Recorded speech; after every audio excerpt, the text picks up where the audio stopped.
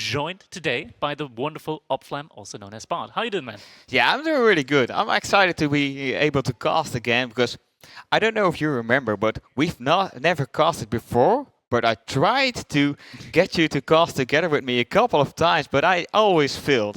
Like there was always like some issues. Like I remember a time you were like looking for the co-caster, but you were also cooking abroad, so you had to like step away from the computer a couple of times. It was like, yeah, we could co-cast, but yeah, it's not really right now because I'm also cooking, so I have to walk away, and it's kind of difficult. I was like, oh yeah, maybe we can cast next time. And that was like 2 years ago. Next So- time is here. Next time is here. So for me, this is already a big plus. This is already a positive vibe, you know. Being able to cast with the one and only crack of the year.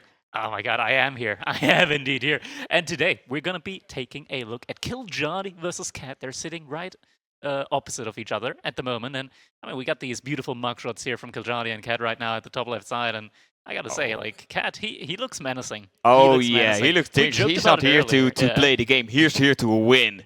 And kiljardi is more like, yeah, this is my vacation picture, but I'm just shining on the screen. Yeah, small known fact, kiljardi's hobby is actually being a hand model. And, oh, wow. Wow. No, that's not true. That's not true. No, I would have believed it. You know, it sounded very convincing. And The photo shoot I is don't know if you quite, ever watched his hands, but they look beautiful. The photo shoot looks quite professional for him, so I'm just like, okay, it has to be something with modeling, right? Yeah. He's a mysterious it- man. He's a man of few words, but I'm just gonna fill the void that his lack of words creates with imagination. So hand model it is. Of course. Like if you can't understand the other guy because he doesn't talk that much English or doesn't talk that much in general, you can just let your imagination run wild, and before you know it, you got this whole profile about somebody just in your mind. Yeah. I mean, for example, I'm just imagining Cat being a professional parachute diver. Yeah, that would be like an hobby that suits him. We go back to us again, so let's try to. Oh, it's the right hand. It's the right hand. We're a Yeah, little bit worried here. but 98% is, already. yeah. You know, we're almost. Can I like push it? Yeah. Get it Get over it there. out in here. Yeah, no, get it over there. And we already got the first civs. Like the first map is Lipany. How do you feel about Lipany? Lipany, I mean, both of these two civilizations here benefit a lot from the additional berries that are there on Lipany. Overall, like, my personal take on this matchup is I think Byzantines overall is favored up against Delhi. You can get a lot of units out, and just being able to match the amount of units that Delhi can produce is going to be very, very important here, just to be able to contest sacred sites and take map control, those kind of things. If you are able to contest sacred sites, you're going to be able to deny a very fast castle age from Delhi. That's where they become really, really dangerous, getting all of these free upgrades. But enough of that. We're jumping straight into our game number one in the set between kiljardi and Cat. We got a two-player camps here as well. Both players right now locked in, looking for the sheep. Yeah, and then the color orange, you know, it's in the west side of the map. It's kiljardi playing as the Byzantines. And in the east side, and the color blue, it's 3D Cat playing as the Delhi Sultanate. Let's get ready to rumble. Now, the question is, are we going to be seeing some elephants here today? Yeah, I don't really know. Like both civilization has some feudal aggression accessibility, because if you like, we're talking about the Delhi that can get out a lot of units. That's because their upgrades are free, so they don't have to pay for them, and you can put those resources into units. And Byzantines has this mechanic with the oil. They get olive oil from berries, so they can get additional resources, and they can also invest that into units. So I'm kind of expecting a lot of feudal action. Definitely needs to be happening. Like, we need a feudal age play here from both players. It's going to be all about those sacred sites, and that's the thing, right? Like, if kiljardi's able to lock down those sacred sites, it's going to make it a lot harder for Cat to transition into that potential castle age. He's going to need to mine gold manually, which typically is not something that you want to do as a Delhi. You just want to get that passive gold income, that passive trickle of gold from the sacred site. Helps you to not just scale the scholars, but also helps you to eventually reach that castle age. And once you unlock the castle age, all of those juicy free technologies that come your way, they add a lot of strength to the civilization. Not just that, but you also unlock the ability to make elephants. And elephants, I tell you, they are getting countered on paper by spearmen, but usually elephants aren't on their own. They're accompanied by a lot of different infantry, and that makes it very tough for you to surround the elephant, get the jump on them, and take them down. And without those opportunities, those guys, they can dish out a ton of DPS. They actually got changed quite a while ago in order to do DPS, like AoE DPS as well. So they can really do a lot of damage. And man, just while we were talking, there were like another $40 being added to the prize pool. Thank you guys so much. You can actively help us enhance the prize pool here with the Match Arena. It really does go a long way. It helps us put on all of these amazing tournaments, even these LAN events, and yeah, just helps us to up the production value even more. So thank you very much for that. Yeah. The amount of support we're getting, like not only financial, but also by the community and the players and everyone we know from Twitch and on Discord. It's amazing. Like so many people are just hyped for an AoE tournament and even an offline event. Like that just gives another dimension to it. Yeah, Age of Empires 4 in 2025. It's going to be a very, very great year for the game. And we got one DLC planned. We got 2 DLCs planned already that we know about. So there's going to be tons of content coming this way. And now we're getting into the spicy stage of the game, Feudal Age. This is where the action is going to be happening between these two civilizations. So immediately, Sanctity getting queued in. So we got that little timer going. Roughly 7 minutes into the game is when those scholars are going to want to move out onto the map and start contesting those sacred sites. Oh yeah, and it's so important to know these timings, because if you let the Delhi just take a sacred site, even if you decap it immediately after it's taken, it's already a small value for the Delhi player, because as Delhi you get additional gold for every sacred site tick. You know, like I think the scholars like 80 gold, but with the Dome of the Fate you even get discount, and you get like 100 gold a minute. But even if you're standing on a sacred site as Delhi, you're still gaining that gold, so it's such beneficial play. It is indeed, and kiljardi, he is going for the immediate limit night play, so Spearmen are going to be coming out for him immediately. We see the waypoint going towards the gold from Cat, so he's going to try and make it a little bit more difficult for Cat to just be able to pump out those scholars non-stop. The discount has been nerfed a while ago from 65 to 75 gold, so you got to pay 75 gold per scholar at the moment. It's still, like, the scholars still come in quite quickly for you, and you can tell, like, Cat is already at 3 scholars, another one is going to be in queue, and Ghazi Riders, so horsemen, are going to be on the menu here for him, so kiljardi already has the weapon against them. Yeah, and it is like the kind of game sense you need if you played a lot of games. Like kiljardi already expecting those Ghazi's, even though he didn't scout it yet, but they're so powerful. And there's Lemonade poking. Oh, it's poking the Ghazi and not the villagers. That's a lot of damage already. Even though it's one Lemonade, it's dashing out the damage like tons. 2 Ghazi already half HP. But as Delhi, you just pull out the scholar, you just heal them up. That's the thing, right? Like, unless you're able to really take down a unit, the damage might as well not have been done. We can tell Cat, he just pulled out the scholars for a second. Not sure if he want to put them in another production building, but instead go for the heal there on those units. And we do have the Javelin mercenaries coming in here for kiljardi. Yeah, Javelin. Javelin's gotta be feudal, right? Yeah, I mean, Javelin throws, they are going to help you a ton when it comes to be able to deny the Archer play. And what's the next building here coming in? It's the Archer range. So kiljardi reading Cat's game plan here to the T. You get the Limit Night out. That means Cat is incentivized to make what unit? Of course, the Archers. And you can't just make your own Spearmen up against the Midnight, because the Midnight actually do have a little bit of bonus HP on the Spearmen of your opponent. So that is the correct play in theory, but as we talked about, Javelineers already countering that out, and once again in the span of what was just a couple of minutes, another $121 being added to the prize pool. Thank you guys so much. That means we actually reached our prize pool goal, but you can still help us achieve an even bigger prize pool by stretching that one out even further. Oh yeah, it's amazing. Like, we're on the 2nd day and we're already met our quota, and we still have 2 more days to go. So that's amazing. That shows how strong this community in the Age of Empires 4 community is. Like, everybody's so fun and happy to see these games happening right now. All these top players playing against each other.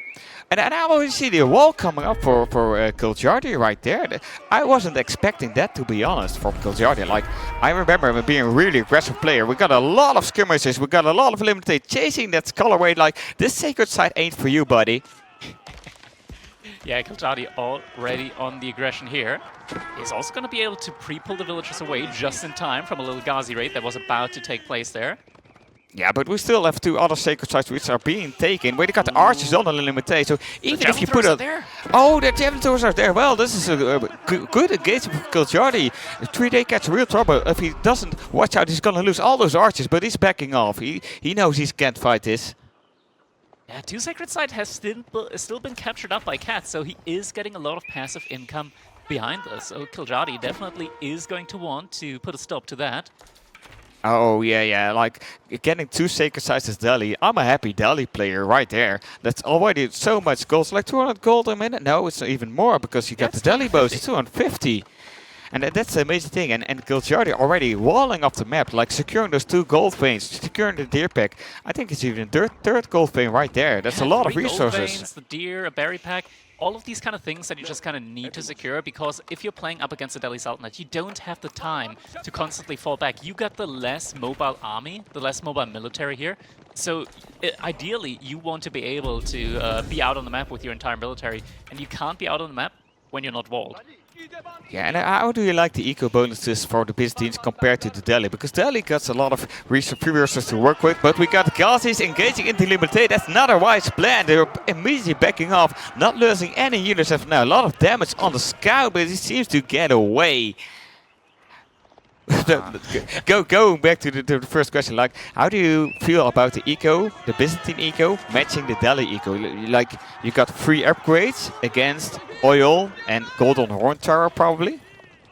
Yeah, golden horn tower, that's what we're going to be seeing in the castle age most likely. Delhi, they get a lot of really nice food bonuses as well, so as one of those civilizations similar to Abbasid, they do benefit from faster food gathering from those berry bushes, as well as being able to just gather, like, have a higher carry capacity from the berry bushes. So you get a lot of additional food income overall. So you could say, okay, whatever the Byzantines get as a bonus from the oil, the Delhi get just as food. Yeah, so both of the players can mass a lot of units, and they're skirmishing it out. It's already 10 minutes in, and look at the resource at the macro, like kiljardi, like everything is beneath the 100. That's amazing macro right there. Yeah, I mean, for both players right now, they're really utilizing their economy to the maximum. Granted, for Cat, it's a little bit easier with the gold situation, just queuing up 6 scholars here. He's going to want to have every single one of those. Oh yeah, and the scholar beginning being poked with a horseman. kiljardi recognizing doesn't have that much mobility, so he built a stable, just a couple of horsemen for a little bit of map control. But the Ghazi says, no, that's our friend, leave him alone. We don't want him to die, we want him to live, we want him to take sacred sites. He needs to help us. But the scholar, 1-2 hits. Oh, it's making its way. Yeah, piety. Yeah, I just wanted to say it. That's so much HP, and oh my god, the donations are rolling in. It's already 6,191. That's amazing. Keep it coming, guys. It really does go a long way. All our players are going to be very happy about being able to just look at the prize pool go up. It's another donation. Another one. Another donation. Another one. So kiljardi doing his best to decap the sacred sites as much as possible, so he can have the better scaling. He's already going out on the berries on the west side of the map already as well, just to get more oil and not investing wood into all of growth. But we got some skirmishes. Javelin is trying to pick off those archers. Gaza is trying to connect, but the Eliminator are behind him. The Eliminator are going forward to protect those javelins. Javelin's going for the archers again. It's up and hill and up, down and up and right and left. And they're skirmishing it out, but both are trying to back off right now. They need a break. Yeah, Cat, he just got the +1 pierce damage upgrade in, so his archers can actually do a good amount of damage. kiljardi already has those upgrades in, so Cat looks like he went for them a little bit late. Is also getting pierce armor in behind this, but it's going to take a little while. Also pro scouting behind this. That upgrade does come in for free eventually for the Delhi. So he's going to be able to scale his food economy that way. And now we're going to see a little choke point there between the cliff and the gold vein. It's going to make it very, very difficult for the Ghazi Raiders to try and jump onto the javelin throws here. Cat microing back effectively, but the shield wall means that it's going to be still very tough to take down the Limitne here. And the archer count is falling. He might soon get to the point where he's not going to be having enough archers to start one-shotting. But actually, he is thinning out the Limitne count quite nicely here. Reinforcements coming in from kiljardi, though. Oh yeah, and those choke points are so nice if you got a big ranged ball composition. You can kite all day, you can make it difficult for melee units to connect, and that is a huge DPS loss if the melee units can't connect. Gaza is trying to get the surround, but that's some really good micro, blocking the Ghazi with his own horsemen, and now Cat is on the run. Cat is still doing a great job. If you look at the top left side, there's only 6 Limitni left now at the end of the day. Military-wise, Cat, he's taking the lead here in a big fashion. Once again, focusing down the limit name, wants to make sure the Ghazi Raiders stay alive, but Javelin Throwers, they have high base damage, so they can still do a decent amount of damage even to the Ghazi Raiders. Cat though behind all of this. Yeah, but this 12 is scholars in such a huge risk. Like you said, there's only 5 limited red, like 2 in the army. The rest are reinforcements. If one of your army components is gone, like if you're missing out on either the spearman or the archer or the horseman, your army is so much more vulnerable, and you have to be really careful you're not throwing away your entire army. But another scholar getting picked off. Scholar left on that sacred side is going to be torn apart there. We do have a remass onto the Ghazi Raiders, and overall, economy-wise, I'm looking at it right now. Cat still looking good. It's very even between them, but Cat does have more military out in the field. Yeah, Kiljardi but that's also good. Kiljardi. Yeah, he's looking for the age up. He's floating a little bit of gold, but his foot is pretty close. He's going to want to have the gold, though. Yeah. Like, you can still take some eco upgrades. Like, that's what I usually, if I float a little bit of gold, I'll just take double products. I'll just take the specialized pick because you got the gold to work with. You don't need to bank it right now. Yeah, veterancy upgrades are going to be very important as soon as the age comes in. Once you get veterancy on those Javelin Throwers, you're also going to be able to do significantly more damage to those Ghazi Raiders. Cat looks like he's also macroing towards Castle Age. Suddenly 11 villagers on gold for him. Villagers on the woodline are going to evacuate as there is a little raid coming in from the horsemen. Oh yeah, and the horsemen just poking away, losing one horseman, and the other horsemen are getting away. One is really low HP, but we see also Cat, he's going for the base of Kiljardi right there. He's gonna try to do some damage with his guns. He's trying to pick up some vills, and the horsemen almost to avoid the attack notification there, but Kiljardi does eventually notice, so Ghazi Raiders are gonna have to fall back. Goldenhorn Tower now going up for Kiljardi behind us. Cat isn't gonna be too far behind with his own age up though. Oh no, both aces are gonna be pretty close, and that's the fun thing about Delhi. Like, he already has 13 scholars, so how many minutes does it take for all those castle upgrades? Maybe 2, maybe 1.5? Oh, I love this play from Cat. While Kiljardi just fell back towards his own base in order to cover for his own age up, Cat, he just went out to every single sacred side again. Oh yeah, just constantly taking those sides. They're so good to have as Delhi. It gives so much passive additional income, and being that active on a map just really helps confuse the opponent, and you're forcing your opponent to multitask a lot. Yeah, now 3 sacred sites are going to be about to be captured up again. Never mind, Kiljardi actually managed to find out the scholar there at the bottom sacred site, and that one did get taken down. Yeah, but he does still have one from the middle sacred site, so Cat should be able to still capture up that one. Yeah, he has plenty of scholars to work around with. He's getting attacked on the gold as well, it seems. But maybe that's just a wolf. It's probably just a wolf. No, it's some horsemen, but they're getting picked off already. It's only 1 left, and even more deer casters are being brought back. That's scary right there. That's a lot of food.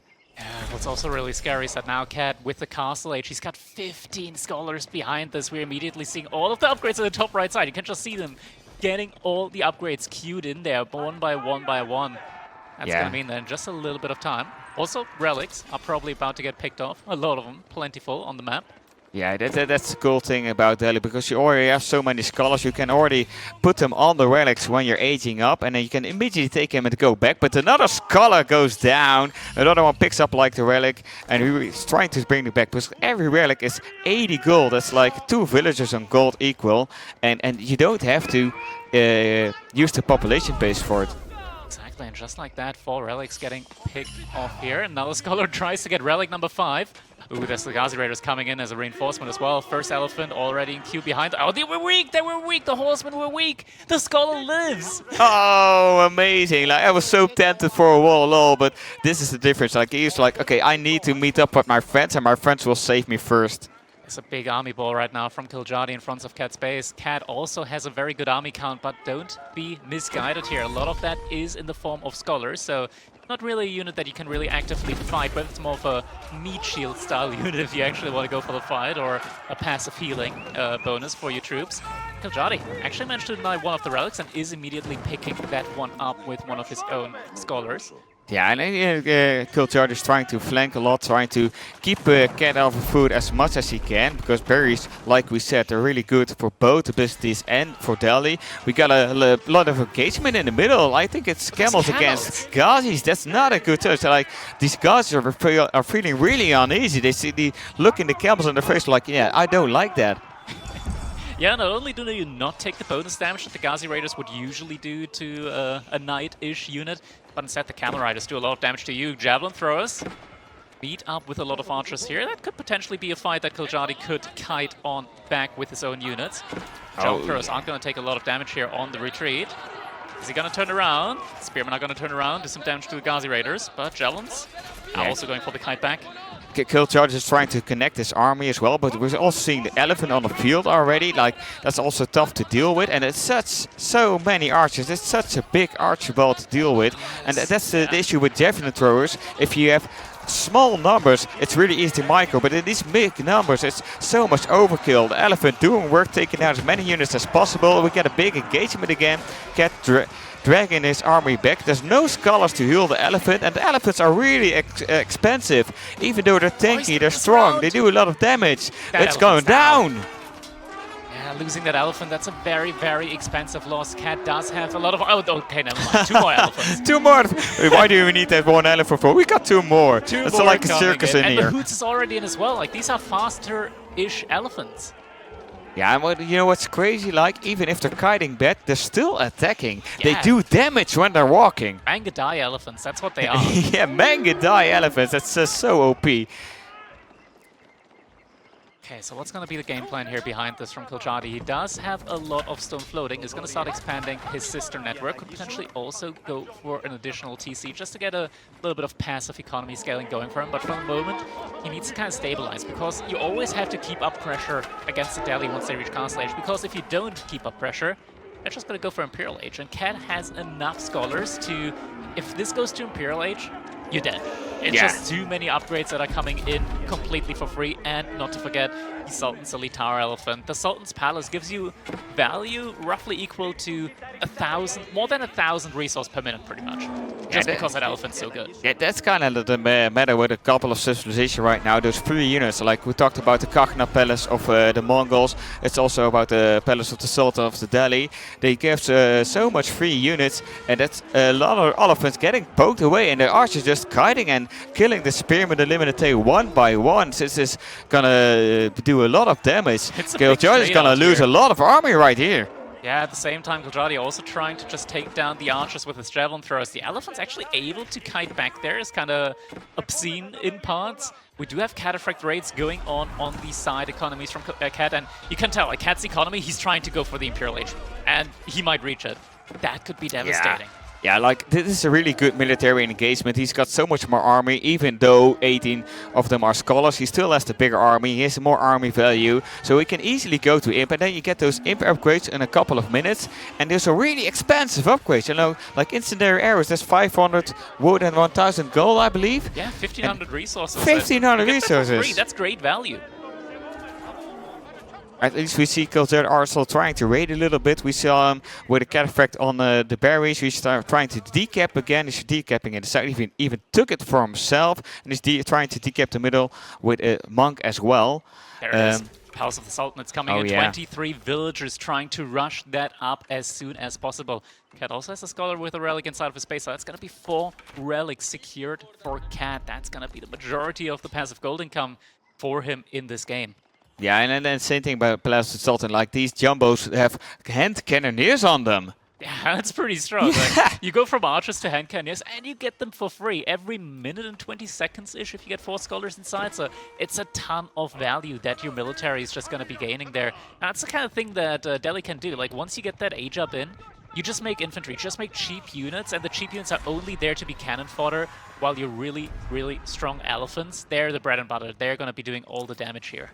So just out of curiosity, because you're you're the one with more game knowledge than me, like chemistry, biology, do those upgrades all affect those elite tower of elephant as well? Biology definitely does. I'm not sure if serpentine powder affects the elephants. I want to say no. I don't think serpentine powder affects the like the hand cannoneer elephant. It would be insane. Hit a unit with, yeah, imagine just like Mangadai hitting the unit and suddenly your elephant goes to like 1.4 tiles per second movement speed. That would be the most infuriating thing like these elephants with power on the metal. I'm quite confident in that not being a thing there. Oh yeah, it would be so funny to see like an elephant trapping like pedal on the metal, just shooting one time and then skirting forward and then killing some other units.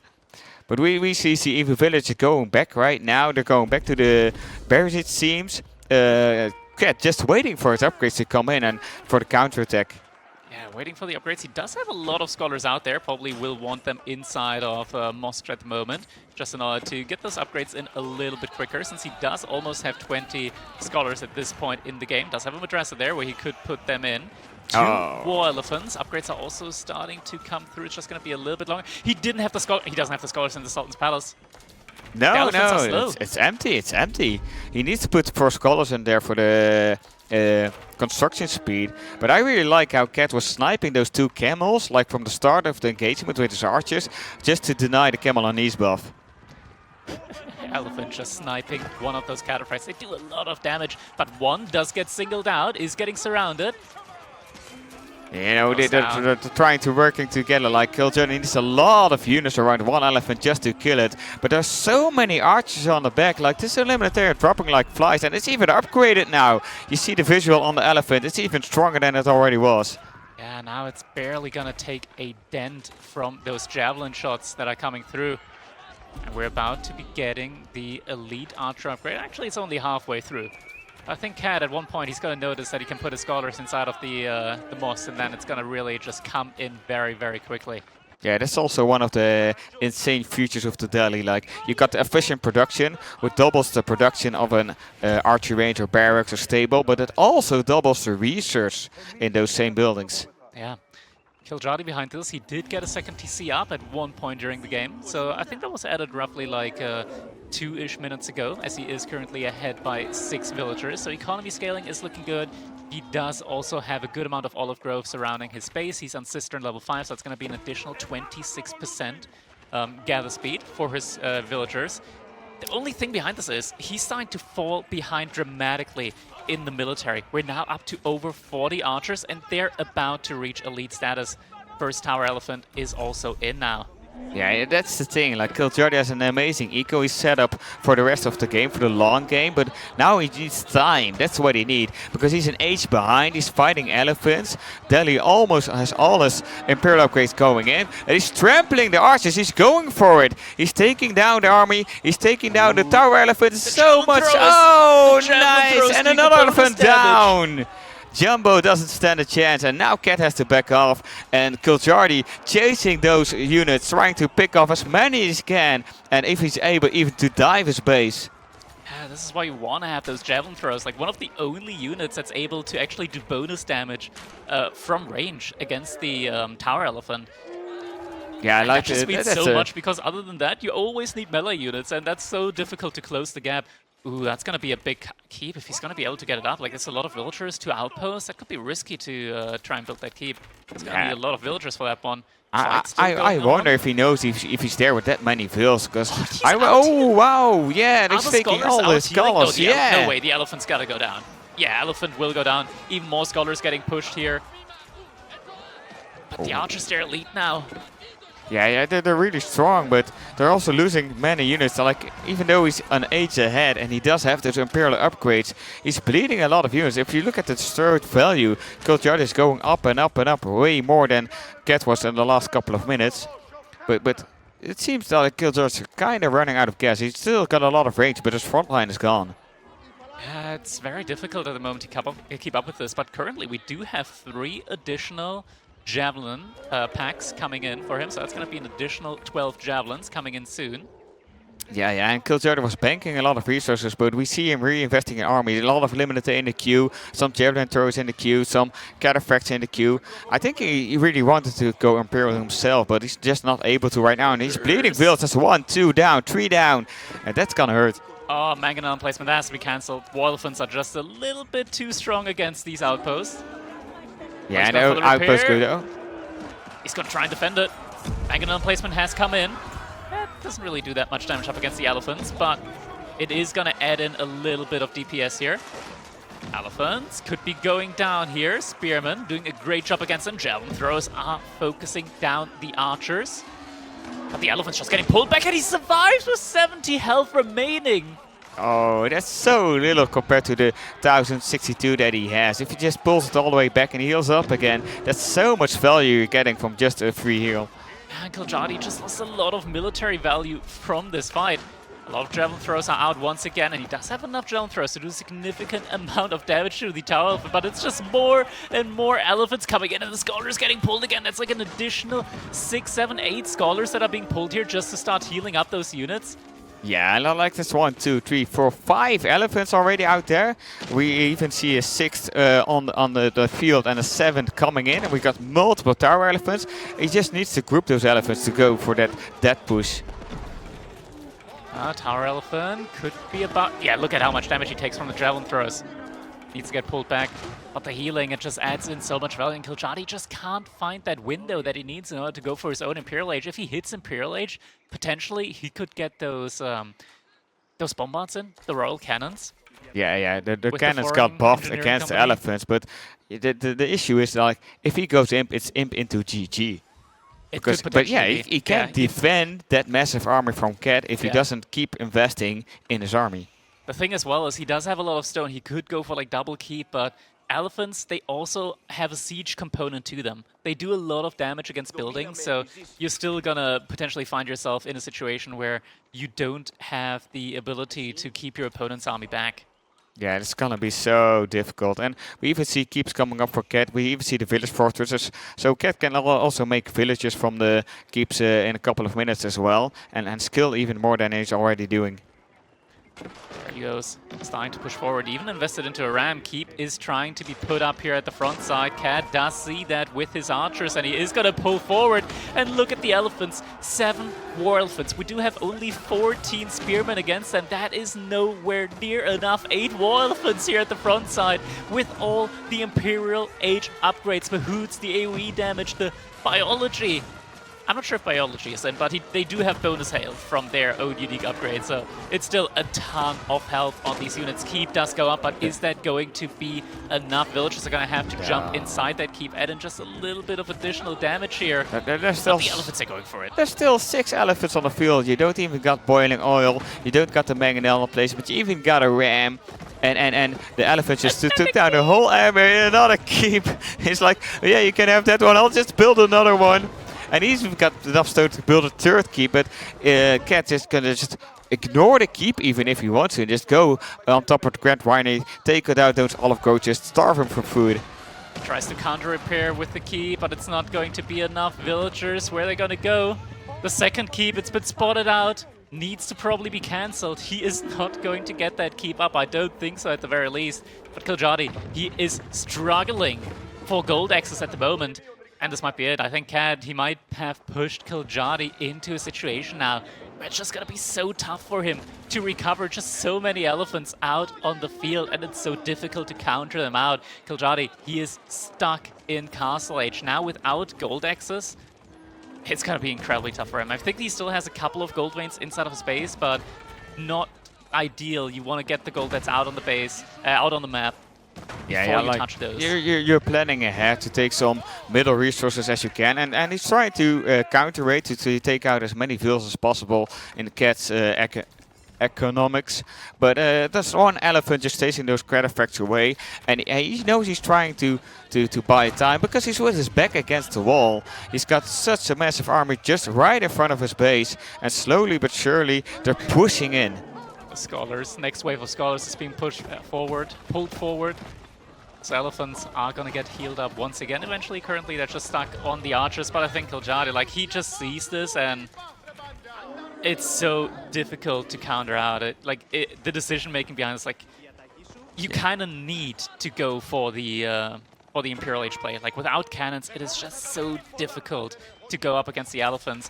Other than the cannons, he would need crossbows, but against 65 archers with the range university upgrade and incendiary arrows, good luck with Castle Age crossbowmen. Yeah, that's the issue. Like, you don't have the bombards yet, And there's so many archers in the field. They trade so efficiently in those set crossbowmen. But Cat is gonna dive on that mangonel placement. The elephants are running in. We've got a big engagement here in a choke point, which should be a little bit favorable for kiljardi. Archer's gonna be pulled back because they gonna be hit by the mangonel placement, and mangonel still hurts a lot on ranged units, but the elephant's also kiting back, and kiljardi loses so much army left and right. He's trying to raid again with his cataphracts, but we got multiple elephants trying to deny that, and the elephant's almost on the tower already as well already, and he's only got javelin throws left.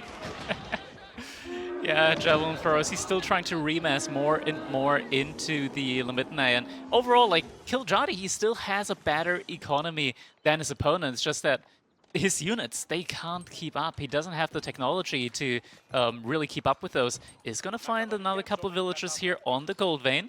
The cataphracts are very weak, but still, like, microing them down. Question is, does Cat even notice? trampling. Is he gonna go for Cat? He does make them pull the shifts, but they do have a lot of armor. Are gonna... Yeah, I think the second cataphract is still going to be able to survive, like maybe one more volley of shiv attacks, but is also eventually going to get taken down here. Oh yeah, it cost them some vills, but the cataphracts are already so much low AP that the villagers are good to take care of them. And they even trampled the vills, like that's disrespect right there. Making use of everything that he can, and here we got the scholars just busy healing up those elephants back to full. 10 elephants out on the field. 2 additional Sultan's elephants there as well. The Sultan's tower elephant coming in for Cat. 16 Ghazi Raiders now in queue. He's completely maxed out right now, but any unit that he loses now is going to get replaced by a Ghazi Raider. He's probably elite as well. He's such an amazing position because he got a bank, he's got way more army. Like, just take a look at the army. Well, it's triple the amount of kiljardi he has. So he can basically just A-move, stream units and still win the fight. That's the thing in these choke points. It is so difficult for the Limitne to get a good surround on these elephants. They just can't get there in time. Only 10-7 Limitne remaining. They're just dropping like flies behind this. kiljardi's trying his best to take down the archers with the javelin throwers, but at the end the front line is falling, and with that, production buildings are now starting to get killed as well, get destroyed, and it's like such an oppressing army right there. So many elephants and still so many archers, and the scholars healing everything. It's like 110 military against only 18, and slowly but surely they're advancing again. They're almost on top of the olive groves, almost on top of your TC, almost on top of your granary, and kiljardi taps out. It's a win for 3D Cat. Oh my god, the Delhi Sultanate, the elephants. We talked about it earlier. Are they going to be there? Not only are they going to be there, they are going to win Cat the game here. The opening game in this set between kiljardi and Cat. So, yeah, able to give himself a little head start here in this series. Can kiljardi keep up and, you know, get a point on the board himself? It's going to be the question. Like, Delhi is one of the, in my opinion, like in current meta, like one of the strongest civilizations baseline. You get the immediate production bonuses with efficient production. That means that you're going to be able to kind of like delay the pro scouts from your opponent if it is a pro scout civilization. And behind that, eventually you're going to get your own free pro scouts in, and then you can go for it yourself. And the rest of the economy, it's just passive income that you get with the sacred sites if you're able to lock them in. It's the relics that you can probably get at a castle age timing. If you're able to be fine in feudal age, you're just going to scale further and further on ahead. Yeah, we definitely pleased our Delhi enjoyers with all those elephants on the field. And like you talked about it, they get pro scouts a little bit later, but they also get Ghazi Raiders out so fast and so many in the early game. And they're just going to chase the scouts around all day. If you get a little bit of intuition or game sense or read on where your opponent is trying to take the deer, it's pretty easy to deny those deers, or at least make it so difficult. And until you got so many units out, it's almost impossible to get deer in. It is. And now we are going to be looking forward for the next map that is going to get picked by kiljardi now. And the next matchup that we'll be seeing here. So all the civilization setup players have access to kiljardi. He's got the Order of the Dragon. He's got the Abbasid. We do have Mongols, Ayyubid, and French as well for him. Cat, right now, he just played the Delhi. Still has remaining Malians, HRE, more civilizations that I can't see anymore, but we can look at the stats here behind this. Yeah, just military lead. climbing bit by bit. There wasn't even a point in time where kiljardi actually had a higher military, which is kind of crazy because he's been behind in technology the entire time. So you would kind of assume that at least he's going to be able to keep up military-wise. But no, military value just on top of the game here for Cat. Yeah, this is an unexpected graph for sure, because with the oil units, like you would expect like some small peaks from the oil units getting out of the mercenary house, and then like have a little window where you can do some damage on the daily player. But somehow he already bled so much units, was already so much eco behind that he never got in that position where he could punish Cat for greedy play. Going back to the civilizations, Cat, he's got... Okay, never mind. Go but back to Cat. I did remember. You know. I did remember. Japan, Ottomans, JD. This time I kept it in mind. But yeah, we can see Cat right now focused, locked in, looking at the draft, looking at the remaining maps, the remaining civilizations available to him. And that's the question going to be. Like, his opponent right now is going to be able to choose the map. Does he have the correct civilization? Does he have the correct game plan in order to react to the map pick here from his opponent? Yeah, he's really focused now. He's already thinking about all of these scenarios that can happen or might happen, civilizations matchups that could be possible, what the best strategy on which map probably gonna be. Like a lot of the games, you already planned out a lot in advance, and then you have to scout during the game and adapt. That's the most important. But you have to be aware of the current meta. That's right. You need to be aware of the situation of the game, just how it goes and how you can best react to it on the fly. These are the kind of the skills that really differentiate a lot of players, just always being able to adapt your own game plan to the correct situation, being able to adapt your army composition to what your opponent is doing, to the state of the game. And in the end, we are going to be seeing Coastal Cliffs coming in here with Ayyubids for kiljardi up against the Malians from 3D Cat. Both some pretty good civilizations. I think Mali... They feel a little bit more at home, I want to say, in the current meta. Yeah, I think they're both really fun civilizations to play with, and just like you said, adapting is so important. Like sometimes when you watch Faye plays, he always does these crazy stuff. Like it seems like she's memeing, but she's winning games with it. Like she goes mass spearman against a French player, and the French player only make knights because they're like, yeah, I'm French, I make knights. But if you just go into mass archer, you win. And that's what we're expecting and seeing from these top players. Like they see a play, like yesterday between you and Valdemar, the Ayyubid versus English games, where you both queued up pro scouts because you both were projecting, I'm gonna go pro scouts, and then you both cancelled it. And that's the difference between like a regular casual player or a really top player. All right. Let's take a look at the next draft. I'm quite sure at this point in time, like players should have finished their draft. So we're going to be taking a look and see what the setting is going to be of the next game that is going to be coming up. Of course, I'm going to announce it, but we're still going to be staring at the cameras menacingly in the meantime. Never mind, we're just going to be jumping straight in. We're going to try to imitate Cat, but that's really difficult to do, you know. He's such a dangerous person. And we're here with him on an offline event. We're crazy. All right, there we go. Cat in the color blue playing as the Malians here on Coastal Cliffs. His opponent in the color orange is going to be kiljardi playing as the Ayyubids. Taking a look at the map spawn here. Oh, Cat, he's got to be so happy. He's got to be so happy. Look at the gold position. The one thing, though, that could impair that happiness, it's the woodlines bow forward. Could be a point to contest if you're kiljardi. Question is, how are you going to really contest that early on? The Ayyubids, they're not known to have like the greatest, I want to say like Dark Age, early Feudal Age aggression coming from them. Yeah, that's the other thing. Like if you have like Mongols against you, it's an issue because Mongols just built 2 towers next to those wood lines, and you can't get a wood anymore. But in this situation, you got 2 back goals. They're pretty close, so easy defendable. He's got 3 wood lines next to each other, so there's not a lot of wood to wall it off, and like your entire east side of your base is secure. Got a nice little graph here showing us just how many sheep have been collected so far. Wait, Cat actually ahead? Wait. Oh, there we go. Now it's now it's fixed. kiljardi, he does have the lion's share of the sheep that are collected on the map right now. So is leading... Wait, no. Now the colors changed again.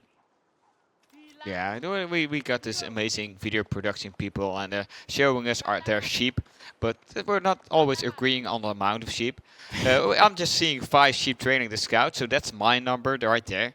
Yeah, I mean, we can kind of tell. Like, kiljardi, he does have a good amount of sheep here in this game. Cat might still find a couple stragglers here and there. I think overall kiljardi is going to be able to take the lion's share of the sheep count here off the map, and that's pretty good for him. That's pretty good for him. Now, granted, Ayyubids, they are going to start out on the berries anyways. That is a prime food income source for them. Mali, they do kind of need that sheep. If they run out of it, they got to go to berries. They don't really get a bonus there. They're going to have to... Oh, wait, I mean, it's Pro Scout meta, right? At the end of the day, we're still in the Pro Scout meta. That's still a thing. But So he kind of has to. Just look at all those deer spawns and even the boar spawn. It's so open on that side. It's like different one angles big to go for. desert right there. yeah, it's going to be very tough to deny the Pro Scouts play. We are going to see kiljardi aging up with the economic wing growth, so is going to get some extra bit of efficiency on those berry bushes, as well as 3 additional villagers. Manticore coming up for 3 cat, that's going to give him 75 gold per minute, roughly equal to 2 villagers worth, so kiljardi in theory is going to have the better value from his own age up. Granted, villagers are something that you can lose. Landmarks, they're a little bit harder to lose in the feudal age. Oh yeah, of course. So how do you expect this game to play out? Because I'm seeing wheelbarrow already for kiljardi. Is he really gonna ignore those pro scouts? I would assume you want to bank that gold to get pro scouts as fast as possible. I don't think like Ayyubids isn't really that big of a pro scout civilization. I think it's more about like denying or like getting value from denying pro scouts here for him. We do see 3 cat immediately going for that stable play on his side, so we'll get some cavalry out. As long as there aren't any donzos and or javelin throws though, kiljardi can kind of just react with his own Desert Raiders and is going to have a fine tool when it comes to just being able to deny that pro scout play. Oh yeah, because we already see the second scout in the queue. We're not seeing the mill as of yet, but it should arrive pretty soon. He does have enough gold. Mill being built right now next to the berries. So he's going to try and drag as many deer as possible. And then he has the choice like, am I gonna cow boom also behind it? Or I'm gonna go for Rimba? Or what do we really want? We do have the Desert Raider now coming in for kiljardi, and he does also scout out that stable. He's going to know what the game plan from his opponent is, and we do have that Desert Raider in queue from the archer range. It's kind of cool that you're able to make the cavalry unit from the archer range. Now the first warrior scout is coming in. It will want to harass the builder at the moment. Yeah, that's a warrior scout. Damage. Like the villager is going to get away, and in the end the Desert Raider is going to be there in time in order to actually that's a slippery hitbox right there. That guy actually, like, he squeezed through there. He got away with his crime. But that's the thing with warrior scouts, because they hit pretty hard for a scout, because there's some additional damage with that upgrade. We also got around the deer some alerts. We got raid on the back. It's scout and scout action, but you're not gonna win that against the Malians. That's one thing for sure. Not even losing a Vil. That's one hit, like 1-2 chops. Oh, managed to get away. To TC. Yeah, villager is going to be able to stay alive, so no villager losses there. At the moment, kiljardi, 4-ish villagers ahead.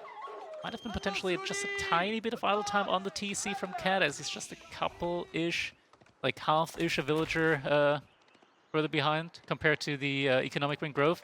But you do see more and more units coming in now for kiljardi. Also, some archers getting added in, some horsemen getting added in. Cat is responding to that with sofas. Oh, wow.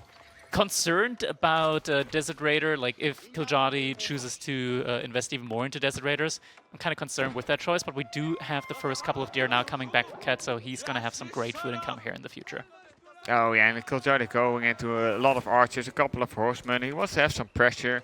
He probably wants some pressure on the pit mine and the houses around it, because there's a lot of passive gold income for the Malian player. We're not seeing a second pit mine as of yet. Cat is fine, just staying on one pit mine for now. Archery range. Double archery range coming up with the sofas behind it. Double archery range, once you make javelin throws, it's going to be very difficult to keep, or rather to reasonably make a mass of Desert Raiders. Oh yeah, and the first scout is dropping the carcass, running away. Okay, you can have that one there for now. We'll pick it up later. Even trying to pick off the Vil, but the wood Vil's already gone. They're already walking away. And already 2 sofas out. I don't know. I always feel that feudal sofas aren't that strong and pretty expensive. They've been buffed recently. They did get a little bit of bonus damage, and nowadays I feel like they're actually quite decent for their cost. And if Oh, you have a okay. lot of them out in Feudal Age, you transition to Castle Age, and suddenly you unlock some pretty good upgrades on them. You're immediately going to have a very, very strong knight-ish type army Yeah, coming yeah, out there. yeah, yeah, yeah, Looks like yeah. kiljardi is going to go for the Castle Age transition. Makes a little sense. Ayyubids just kind of like by definition, when it comes to the units that they have access to, feels like a Castle Age civilization. You unlock the, what's it, Mameluke's Bravery that you can get? Or Yeah, I like. Sultan's Mamelukes, just to be able to get that bonus from your units Yeah, whenever they do kill yeah, another unit. yeah. It's the Sultan's Blessing. Sultan Kasluk. No, something with Sultan. Sultan's There's so many Masluk. upgrades in the game. It gets Yeah, tough to keep up yeah. with It's all tough the to names keep there. track, you know. We still We got a know what it job does. and The we name got is not stuff to important, but do we in know real what it life. does. But we know both know which resource we mean. It's the resource that if you kill a unit, your infantry gets bonus damage. Bonus damage, bonus movement speed. You just overall get a lot of bonuses there. Oh, Yeah. we do have the cattle meter. The cattle meter, and it's red. It's angry. It doesn't like the disrespect from that cat is bringing here right now against cow. No cattle out Yeah, yet. and the kiljardi go into that castle list because there's so many fun bonuses as Ayyubid. Like you can get a lot of hills, you can get a lot of dervishes. Can we see what choice he made right now? I didn't take a proper look at. It is going to Oh, it's be the cheaper wing, cheaper actually, wing. advancement. So it's going to come in a little bit quicker. It's going to be a little bit cheaper. But he doesn't actually have that many resources banked up behind this, though, so isn't going to be able to immediately flood all that many units. Oh, and I like this play, luring in his own deer towards the berry bush. Granted, those can still, in theory, be stolen, though. Oh yeah, the scouts can just join them away if they want to. We see on the south side of Kiljardi's base, we saw a couple of units running around. We got the culture wing advancement coming in right now, so we got the arch upgrade, we got the rich defense upgrade, but archers into javelins, I don't really know if that's the best choice. Once But you get the veterancy upgrade, then they will trade out a lot better overall. They attack a good bit faster, and once you're able to penetrate past the armor, it is a reasonable unit to make in that engagement. okay, that's at least nice here for Kiljardi, but I see one scout going to the base of Cat, like he wants to know what he's doing, he wants to know how many cows he's facing. He's attacking the sofas and the horsemen and the scouts, two sofas and a scout, and it's almost gone. There's only one hit left, and it's dead right there, and it's never gonna come back. Behind those cats, slowly but surely also going for his own age up. Whenever he's got just a little bit of gold too much, he's going to invest that into cattle. Now up to 5 already in the blink of an eye. So that really does go and happen fast. Behind us, kiljardi is starting to invest into some dervishes, so we'll want to get some relics in as well. We do see some walls coming up behind us, and now we got a little bit of an empty Fulani Corral. So not a grand Fulani Corral yet, but it is going to be grand once those cattle get added in around it. Oh yes, only 6 cows as of yet, like 5 on the timer, but the 6th one's almost in his scatter range. Gives a nice passive food buff, and the fun thing is, oh, we got an engagement. The horseman gonna dive on top of the jab. There's one villager going down, second villager also going just now. They're gonna back off again. They already see the sofas behind him. The scout trying to pick up the scout to deny some vision, making Cat as blind as possible. Trying to deny some of the vision. He still has 3 warrior scouts at the end of the day, though, so it's not like he's completely blind at this point in time. kiljardi is massing up more and more of these armored units. Is going to start being able to kill some villagers. Oh, the TC yeah, is full. that's another one Villagers can't down, escape. another one down.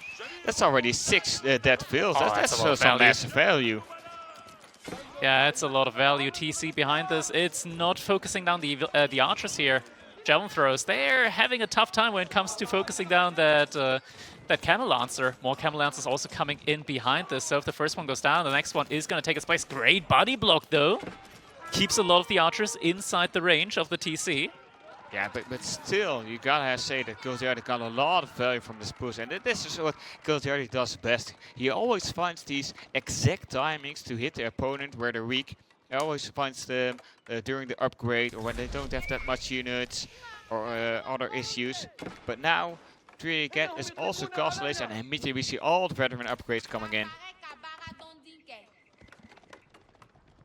Right, kiljardi still massing up a lot more Camel Lancers. Cat, he's quite far behind when it comes to the economy right now. 9 villagers behind, and kiljardi, he's in a great position when it comes to the military.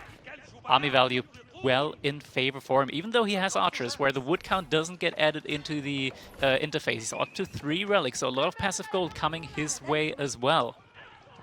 So what's the kind of Ayyubids plan right now? Do you want to add a second TC to even scale even more? Do you want to like make a big army and just push the Malian on a spit mines? Or what's the course of action right here? So kiljardi, he saw the amount of cattle that Cat has. It's only 6 at the moment, so he knows the passive food income for him at the moment isn't that great. He can't scale that many units as a normal, like fully cattle boomed up Mali player.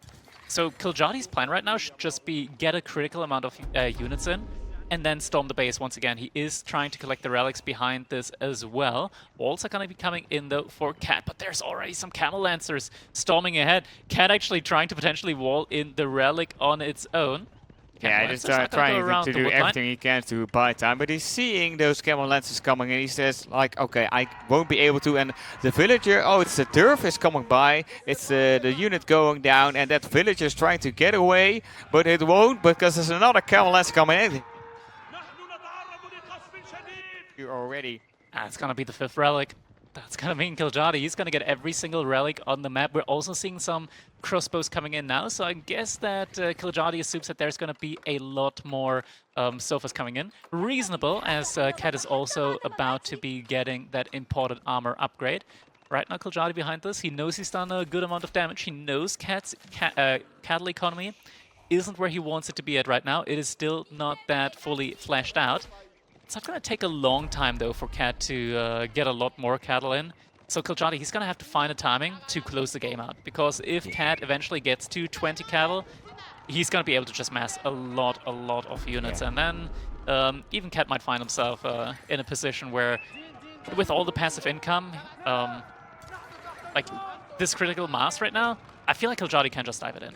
Oh yeah, that's probably what he's gonna do, because that's what he's known for, like attacking the opponent when it's weak. But I don't know how many deer carcasses left, because in the worst case scenario, Cat has to go out on the bears because he doesn't have enough cows yet, and he's trying to have his cattle up and running before he runs out of those deers. But slowly but surely, food's gonna be an issue.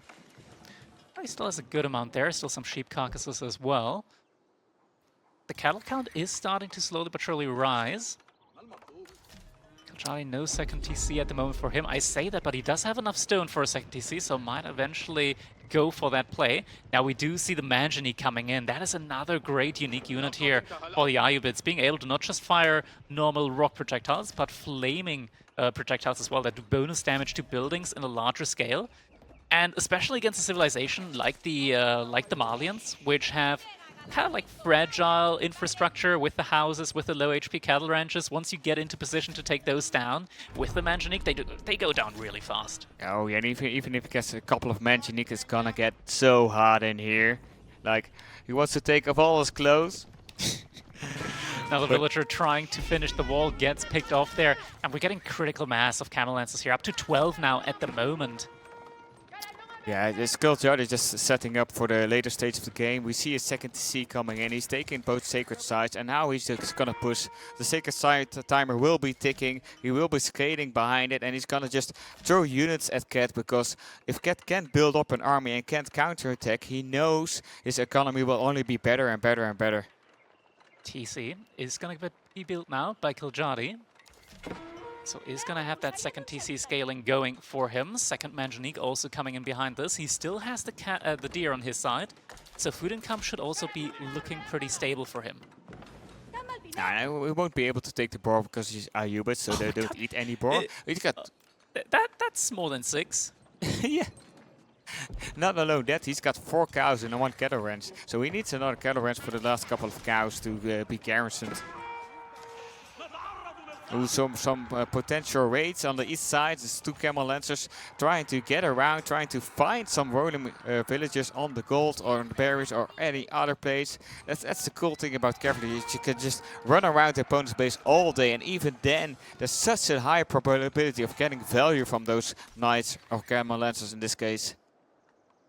Yeah, Cat, his economy, it's starting to look better and better, and I feel like kiljardi, if he still hasn't really taken that one large-scale fight. Instead, he is now going into Spearmen. He's getting the upgrades on them. Ayyubids, they do get the same upgrades on the Spearmen outside of boot camp that the Abbasid get, which are the best Spearmen in the game. Yeah, Phalanx is going to mean that in combination with the Mameluke's Blessing, It's gonna mean that these spearmen, like whenever they kill a sofa, they get even more damage up against the next sofa. They get a lot of movement speed. They don't take any bonus damage from the javelin throws. They're gonna be a fearsome weapon here in this fight. Oh yeah, and the camel lance of kiljardi just went to the whole south of the base of Cat, so he should know that there are a lot of villages on gold. He should know the cattle ranches are completed and are fully garrisoned with cows. So we should know, like, okay, his eco is fixed now. I should pay attention. And Cat coming out of his base to attack kiljardi instead. Yeah, the Manjaniques are gonna get into position now. Oh, that's such a nice shot. Like, so many javelin throwers on, got so many damage by that one shot right there. And it was a regular shot, not the fire shot as we had. And another shot that goes in, another one. Oh my god, he's throwing away his javelin throwers if they're free. Looks like kiljardi might want to play for a Sacred Side victory condition here instead of going for the attack on his opponent's base. We're up to 3 Manjaniques now at the moment. We do see Cat now starting to invest into a lot more infantry. We're getting Musafati warriors, we're getting warrior scouts, we're getting archers, poison arrows coming in, we're getting military academics, so units are going to be produced a lot quicker as well from all of his production buildings, and that means that we might be getting that classic like Mali flood. Sure, he doesn't have the same eco count that kiljardi has, but he doesn't need to have the same economy count. It's not really necessary for Mali to have high population in the economy tab, because most of their economy is passive. 1,300 food per minute, where he's actually leading 1,000 gold per minute. He's also leading in that regard. Wood is kind of like even-ish, 250 ahead for kiljardi. He is investing into siege and archer, so we'll want to have that going for him. Yeah, and there's still 6.5 minutes left on Sacred Side timer. Yeah, but kiljardi is getting dragged around the map. Like, he's going to the top side, he's going to the bottom side. Luckily for him on this map, the Sacred Sides are pretty close, but mangonels aren't that fast yet. I didn't see any siege workers because I'm missing on greased axles. kiljardi out on the deer as well. That's a pretty big army now for kiljardi. Just 12 archers, but mostly crossbows now, so perfect counter up against those sofas. But Cat, he stopped investing into sofa. Right now, it's just a flood of units. Another great mangonel shot there, taking down a lot of units. Yeah, and we got even the raid on the second TC. There were a couple of sofa that got through, but they're already cleaned up by those camel lances. There's a lot of camel lances only tracing 2 sofas, and they're going back to protect the sacred sites. But even with the sacred sites, even with the walls, even with the towers, I would imagine you still want pressure on the opponent. You want to box him in. You want to give him the feeling that he can't go out. More outposts coming up. kiljardi, he needs to have vision around those sacred sites. Need to know whenever Cat is going for a potential decap here. Just that information could just buy him so much presence, so much of an advantage on those sacred sites. Once again, Manjaniques just doing a great job there of just a single volley, being able to take down multiple of these units, keep another couple low. Shots. And even got 4 mangonels already, like the 4th one's just done. Like, if you get that mass of mangonels, I find it so hard to engage into like 4 to 5, 6 mangonels. Yeah, now mangonels are still not as strong as they could be in Imperial Age. I feel like if you just spread out your military, you're still gonna be fine. Like, you're not gonna just instantly lose your entire army. Mangonels are mostly great in these like kind of choke point fights. Grand kiljardi, he is trying to create these choke points. The wall is pretty much almost finished. Yeah, like even if he manages to get in when you get to adjust crowbars, the mangonels become so much more powerful. But meanwhile, Cat is trying to burn the wall. He wants to get on that sacred side. He's starting to feel the pressure. It's only 4 minutes and 30 seconds left. He's got a lot of army in his base. He's like trying to lurk kiljardi to the south side of the map so we can go to the top side and do like a sneak decap. Another mangonel hits! And a lot of javelin throws go down again. Yeah, Cat. 21 villagers, 20-ish villagers behind at the moment, but that just means that he can invest even more into military. kiljardi, he just has 10 population left until he's fully pop capped. Then he won't be able to really make any more military unless he deletes some of his villagers.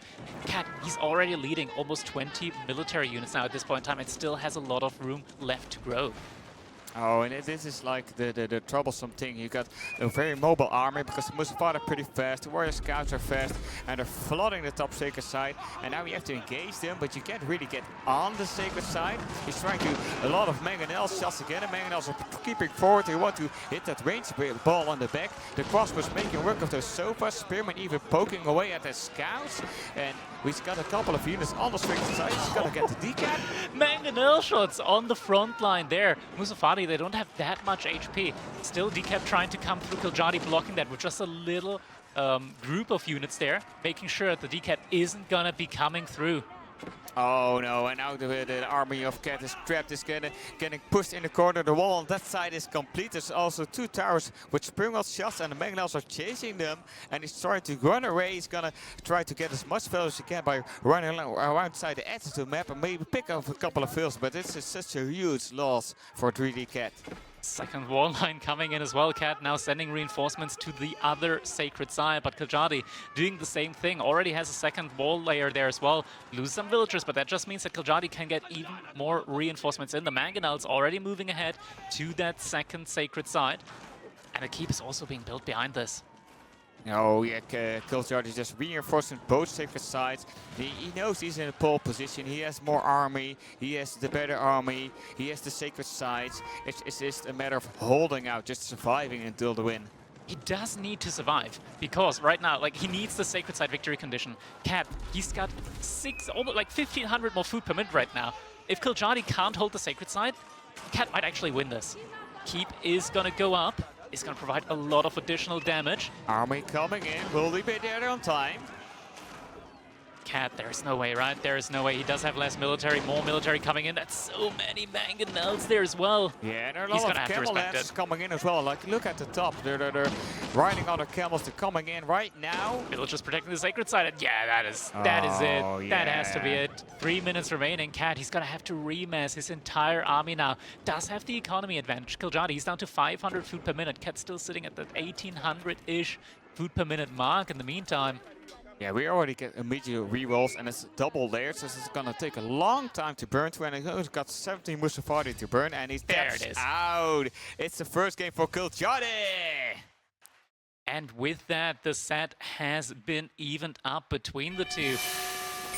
Very competitive set here so far. Man, that was I was kind of scared, I'm not gonna lie, for kiljardi. If he didn't manage to win with that sacred side, like Cat just started pulling ahead more and more in the economy department.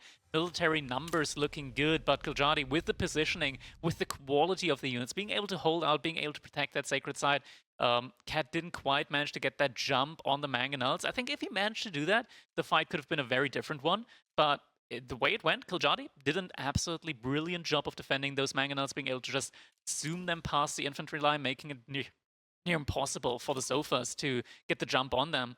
That means we're now 1-1 in this set. Yeah, like we told before, we got a lot of top players competing here, and we think a lot of players are pretty equal, so we got these very interesting games that were really close. Like you said, kiljardi was kind of on a timer, because if Malian just keeps going and going and going, it gets worse for you. And even Ayyubid had to do his farm transition. He didn't have his farms yet. So that's going to be real tricky to survive that window of opportunity. But the positioning was so well, like it's almost impossible to snipe those mangonels, and he held out and managed to take a game. Exactly. And now we're going to be looking towards game number 3. Civilization still available for these players. Order of the Dragon, Abbasid, Mongols, and French for kiljardi. HRE, Japan, Ottomans, and JD for Cat. When it comes to the maps, we still have Dry Arabia, Himeyama, as well as Four Lakes. So Four Lakes, that's probably where we're going to be seeing Japan. Dry Arabia, Himeyama. I think Himeyama is a pretty good Order of the Dragon map. And Dry Arabia, I mean, anything goes there. Yeah, Dry Arabia can go like 4 Lakes. I'm expecting a France against Japan match, because France is also pretty good on 4 Lakes. Himeyama, yeah, Order of the Dragon is good. I also like Mongols on it, but Abbasid's also good on it. Like, he has so many civs that are good on it that it's really tough to predict. Ooh, look at that. Okay, something that I didn't predict. We get Abbasid versus JD on Himeyama. It's going to be an interesting one. Yeah, the JD on Himayama, that's interesting. Like, it's a pretty open map, so you have a lot of potential to raid with your knights, that's for sure, but it's also a map with, I feel there's not that much sheep on it, so you need to pro scout as JD, otherwise you won't be able to support your army. It has a decent amount of sheep, but I think that this is going to be the EGC version of Himayama. So it's a little bit more open-ish. There's a lot more room behind your base, and means that the TCs from you and your opponent are a little bit like further, not further apart, but like a little bit closer to each other. They're a little bit further away from the edges. Means that raids on the back, raids on the sides are a lot more possible there. Yeah, that's an advantage for the cavalry player for sure. Like, the distance is shorter, so the knights are even faster at your base. So if you don't get the timers correctly, like say you're too late with your second TC, the TC is never gonna go up. That's the risk. Question is, are we even going to see that second TC play? I don't really know kiljardi to be a man that booms, so... I don't know. It's like he could go into military get wing something and wild. make a stable. So you got the three components. You got horsemen and he gets the spears and the archers from the military wing. Throwing this idea out there: culture wing, fast castle age, mass camel riders. Culture wing into military wing, you mean? Yeah. Yeah. Culture wing for the fast castle age. That could have been an option, but that's like a power play. That's with a very small window of opportunity where you have to either take down the JD's army or you have to take down a lot of eco. And if you're missing that opportunity, you're basically dead. It's objective survive in that situation. Yeah.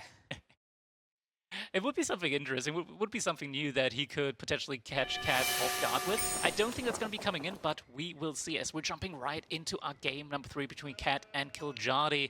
Cat playing Jeanne D'Arc here on the map, Himayama in the color blue, kiljardi on the other hand side playing in the color orange as the Abbasid Dynasty.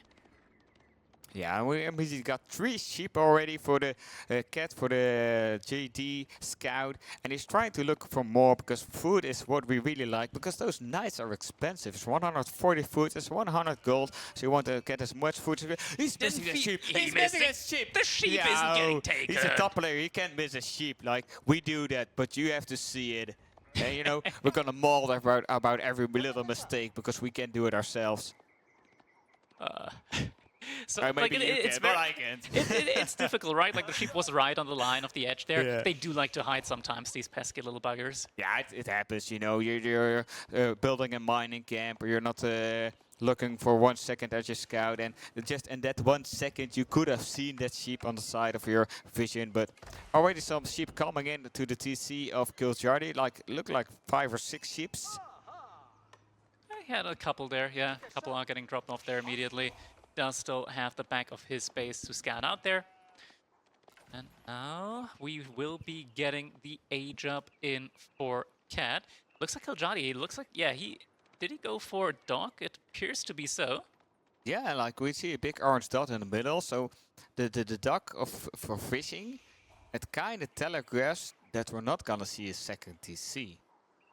Yeah, kiljardi, he is gonna immediately get a little bit of economy, early economic scaling there, up against his opponent, is also going to mean that he has vision all around the middle of the pond there. So that's quite nice, especially when you're up against knights. Means that if they take a straight path towards your base, you're always going to be wary of their position. Yeah, but he still wants to defend that position. Like, if you go for a dock, you also need to go out on the map, because if you invest 150 wood on a dock, you invest 225 wood for fishing ships. It takes some time before you get the return on your investment. Even though there's a lot of food there, and the gathering of fish is a way higher food rate than, like, for example, berries. It takes some time before you get the benefit of it. Speaking of which, Cat, he's finding a good amount of sheep here.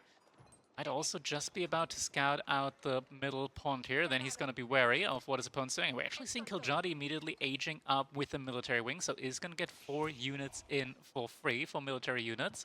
And now Cat does see the dock from kiljardi, is going to know that he is out there with the fishing ships, is starting to be able to gather up from those shoreline fishes. Cat behind this already has a lot of wood in the bank. Not sure what he's going to do with it, if he's going to go for his own dock, if he's going to just try and go for the pro scout play, potentially. He does have the School of Carry, so yeah, he doesn't a lot need of that wood. much wood, I feel like. Maybe straight up arch range? No, he's pulling villagers off of wood.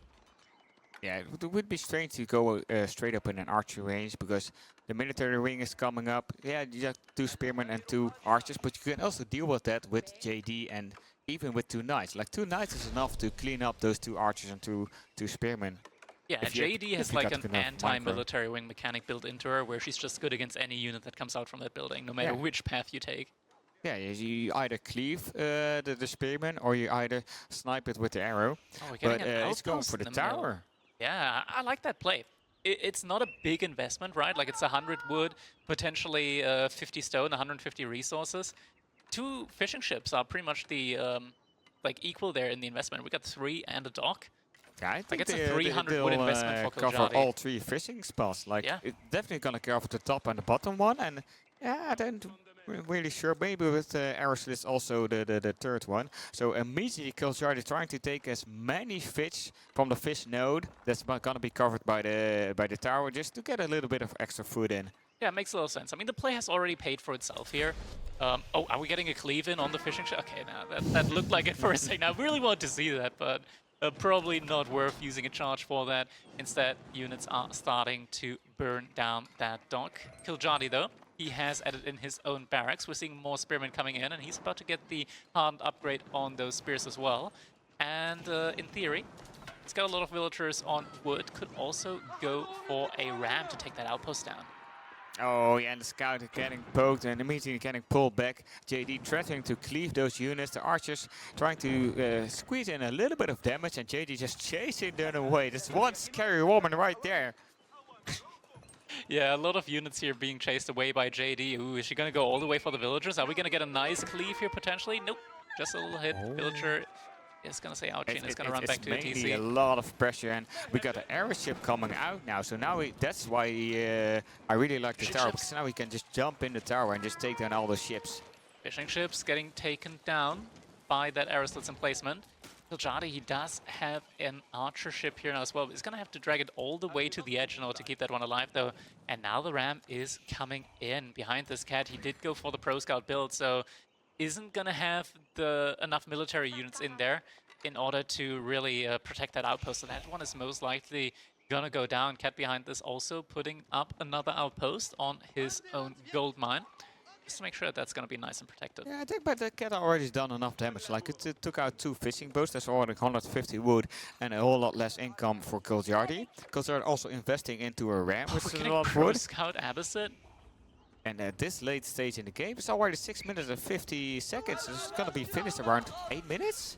Yeah, it's kind of like Nelly-ish time, but he's done a great job right now of just forcing Cat into other investments, so it means that... Can you cleave units inside a ram? I don't know. No, You no. cannot. You That cannot. would, like there was a time where you could cleave units inside the tower. That would have been so bad for kiljardi if it would get cleaved all the time. Archer ship needs to be careful. Needs to pull back, but the outpost is now going to be burning, so kiljardi, he can reinvest into the pawn and take the remaining... Like, it's still 1,500 food that's remaining there, so that's still a lot of potential income there for him. That behind us is starting to ferry in the first couple of deer here and there. Yeah, we got He's a got fortified outpost coming up against He's gonna some need protection. that. Yeah, he's gonna need that. Archer range now also coming in. But the timing about this, like, this is very dangerous. Like, is kiljardi gonna go for it though? It looks like he might just want to try and deny the Pro Scouts instead. Yeah, I don't know. It's so difficult to predict, because if I wouldn't have seen the Pro Scout upgrade, I would expect him just to double down on military. But the fact that he's trying... Oh, Jeanne gonna get the cleave in on a couple of spearmen. We got the close charge. One spearman going down. That's another 8 XP for Jeanne, but another spearman comes in and they're chasing the knights away. That's too many spearmen for those 3 knights. Yeah, Scout picking up that deer carcass that was left behind. But it's difficult to judge. Like, if he didn't go for the Pro Scouts, I would expect him to double down on military, because you're already on 1 TC for such a long time. But denying those Pro Scouts kind of means also, like, okay, I want to play a bit of eco game as well, like maybe do a reasonable castle time. Do now also get horsemen in for kiljardi. Has a second scout, more scouts on the way, so is going to start and pick up his own deer camps here. Yeah, the spearman horseman army composition is pretty strong against the knight archer composition if you have enough spearmen. Like if you have a mass of spearmen, the knights have such difficult to engage, and then the archer just cannon fodder for those horsemen. To 14 spearmen now. Cat only just now starting to add in more and more of his own archers, up to 3 at the moment. More knights coming in as well, so he's just starting to scale more and more into his own military mass. And behind this, JD, I mean, she's not getting a lot of experience. There's not a lot of fighting going on behind this. More production buildings being added here as well. Yeah, she's starting to skill a little bit as well. Like wheelbarrow got in, double brothers got in, because both JD and French, they have really cheap upgrades, and they boost your economy gathering rate, and it's still 10%. So you get a lot of the return there is pretty quick. Kiljardi, he just pulled 6 additional villagers over to gold, now up on 9 villagers. This looks like it's going to be a castle age transition now from him. Yeah, he's got some deer himself, so he's got some food to be banked. He's even putting up walls now. He's going for the gold. And you know, what wing would you choose if you want to go to castle with this matchup? Economy wing is probably the safest, as he can then also like get into a cheaper-ish second TC, get some cheap farms going on as the game goes on. He does have pro scouts, so for the time being, like he gets a lot of value in from that food-wise, but it's gonna run out eventually. So having cheap farms is never something that you're gonna say no to. Yeah, could also be culture wing just because of the cheaper upgrades from it, but is it really enough there to warrant that? I'm not sure. I'm not 100% sure on that. Could also mean that he's going to get a cheaper Imperial Age time, but do you really want to like drag the game out that long? That's going to be the question here. Yeah, I like the economy wing as well. It's just we got this, the spearmen gonna get chased by the knights. They're really bold. They're like, I want to fight with you guys. He's got a couple of archers as well. He's got to cleave with the JD, but he's just backing off all the way to his base, trying to pick up the brave deer. Scout. Oh, he's gonna get out as well. Away. Rewarded for his bravery. He's gonna be able to make out there with that battle with the deer. And behind this, I mean, Kiljardi soon is gonna be able to click that age up. His own scouts. The scouts from Cat are getting denied there. Gonna be able to get to those deer. Yeah, you don't want to give that many deer away, because even like 4 or 5 deer, that's so much food to work with. Yeah. Oh, ship gets taken down. No, that was the ram. 20 experience going over. Ship could also give a lot of experience over. Definitely don't want to lose that when JD's in range. But we still got the archers backing up, even though that archer ships does pretty well against archers. They also take a lot of damage, and he's trying to tank some Abbasid, but the fishing boat is repairing that said archer ship, and the JD army just backs off. Cat behind us still investing a lot more into knights. A third stable coming up now. Looks like he's dead set on going for that mass feudal age knight play. Kiljardi moving out onto the middle of the map now. Next Barry spot. That's where he's going to be moving out to. That's going to be the next point of aggression, though, most likely here for Cat. Military is roaming around. Does get spotted out by that Doc. Doc actually is going to start taking some hits now. Immediately we see the demo ship queued. But now that the units have backed off, immediately gets cancelled. I like that reaction there. Yeah. Queuing it just in case and then cancelling when you know, okay, it's not going to be needed. Yeah, like in 40 seconds we're going to have that castle ace timing, and then Cat probably will want to dive his base, because the bears are all in the front. A lot of vills are also in the front. He's got some walls up, but they're not all completed yet, and it's only a small side of the base. We also got in the south side alarm, we got something picked out. We got the berries getting called out, and the knights, do they see those vills? But they go away, and the vills are saved. Economic wing coming in within the next couple of seconds, and look at the economy from Kiljardi behind this. He could go Castle Age twice pretty much at this point in time. Like, he's immediately going to be able to upgrade all of these units, queue up a lot more behind this as well. Yeah, he's banking a lot of resources for those premium units from Castle Age, like the Golems and the Camel Launchers, and now they're still trying to take out that archer ship, but really difficult to do. Losing a lot of archers for it, but he's probably gonna get it, and it's gone. 23 XP goes to Jeanne. Doc will get taken down as well. Jeanne halfway to that level 3. Demo ship gets queued, but probably a little bit late. Oh no, that might come through. It's gonna come through. Yeah, it's gonna come through, but it's gonna spawn on the wrong side. It is. The path. No, he adjusts it. Oh my God, Justin! In the nick of time! In the nick of time! Play. And now you got a demo ship there on a little lake that does nothing. Kiljardi has to pull back. Yeah, he wants to pull back. He wants to get his castle upgrades in first. He's already got some crossbows out. We see some knights coming in. Yeah, he's gonna have to path around that wood line. Oh, that's tricky though. That's tricky though. Doesn't want to get caught off guard there. Spearman Veterancy upgrade about to come in. Veterancy upgrade. Yeah, There we it got is. it. And immediately one knight gets spoke to that. Jeanne D is trying to get close to the spear so he can cleave them, because that's a lot of AoE damage right there. But kiljardi just luring the army of Druidic around his base and just buying time from himself so he can make those premium units, he can take those upgrades and then engage whenever he wants to. A lot of the villagers right now from kiljardi are just roaming around. Now it just pulled 15 more villagers onto gold. Gold is what he needs right now. He doesn't have a lot of these castle age units, and we got a couple of knights. We got just one crossbow right now.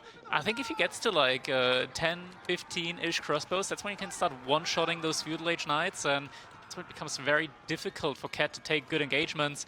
Behind this though, Cat, he's also massing up resources, so is soon going to be able to go for his own castle age play. A couple of archers are getting intercepted here, but knights do circle around that wood line. Oh yeah, some reinforcement getting picked off, and I was like really hoping that kiljardi would send like 1 or 2 knights. If he like sent 2 knights to the base of the JD, just to roam around, try to take out some vills, put some pressure on his base, that would give him so much additional time. But we got a big engagement in the middle, and the spearmen are going for it. They say, we got enough of those horses, we got enough of JD, we got enough of those knights. We're gonna JD's step just about to reach level 3. getting caught out. Just Is about. he gonna die? No, Still the healing, still the healing, just a little bit more experience needed.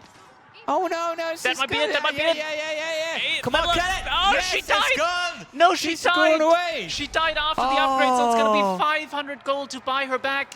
Oh, she just got the level up and then she died. That's so bad for Druidic, but I hear she's immediately being bought back. It's like, I got the money, girl. I'll buy you.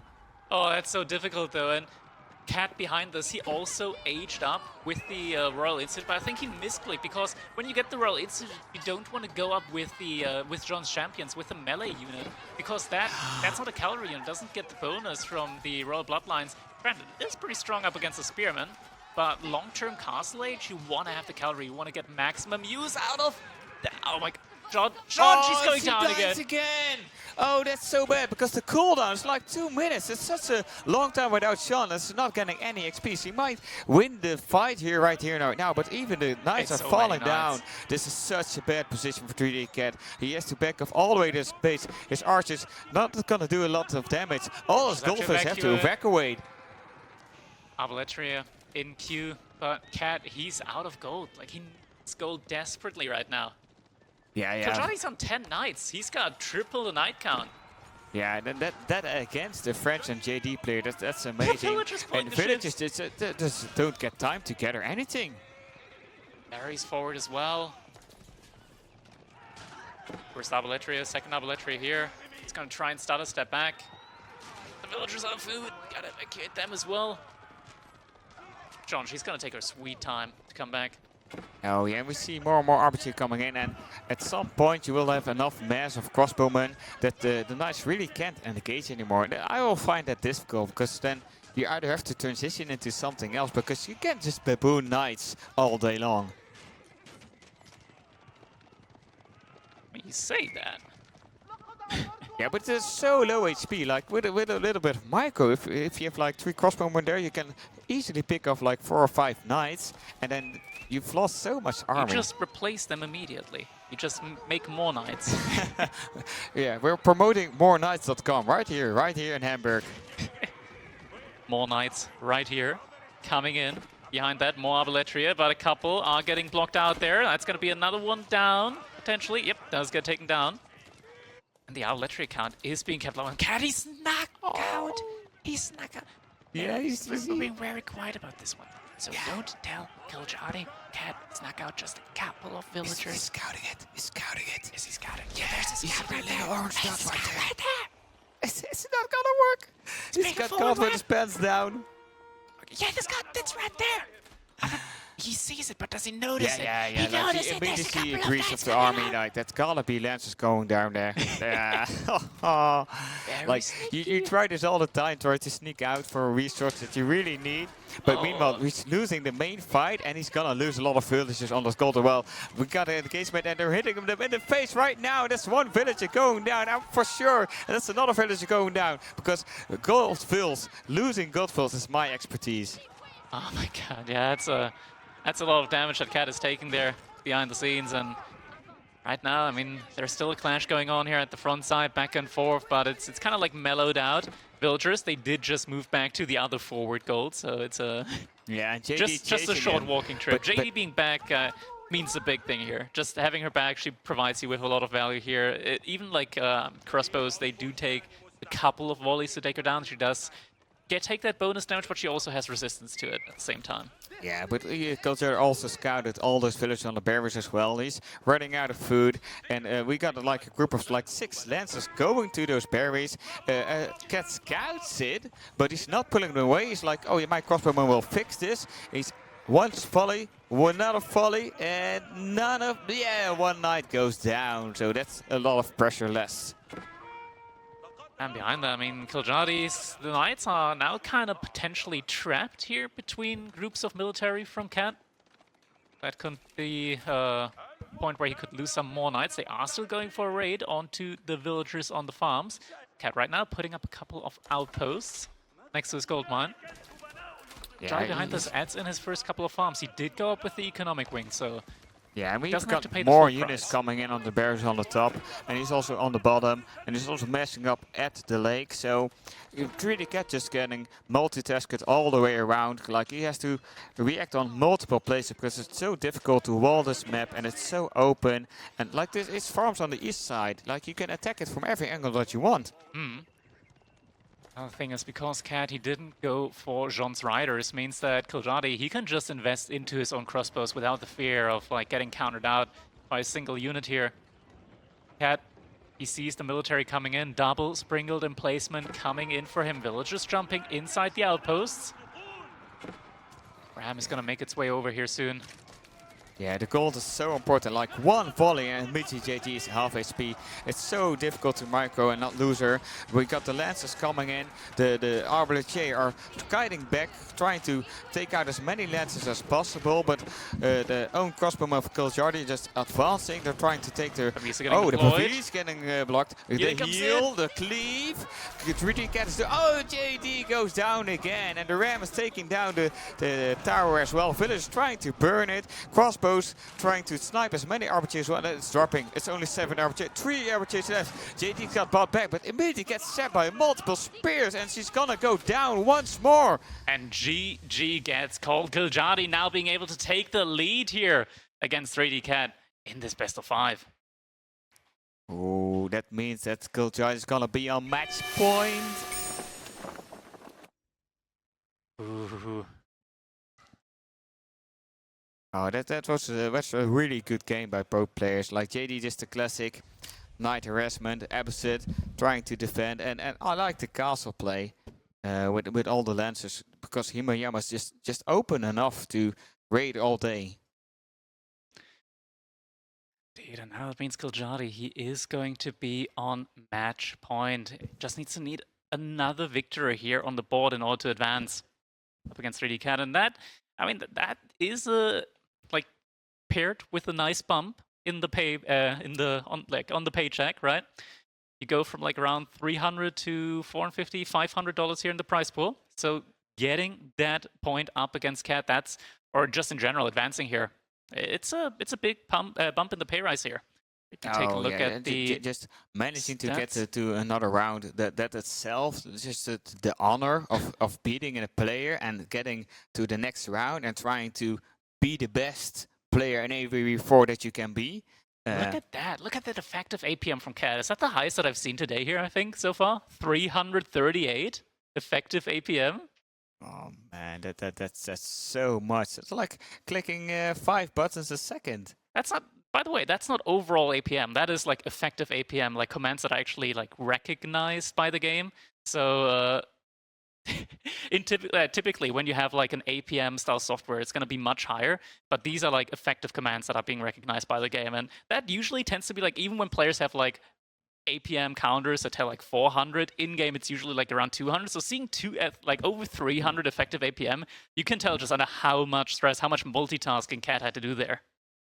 Yeah, he's got two amazing fast hands, tapping all those buttons for one.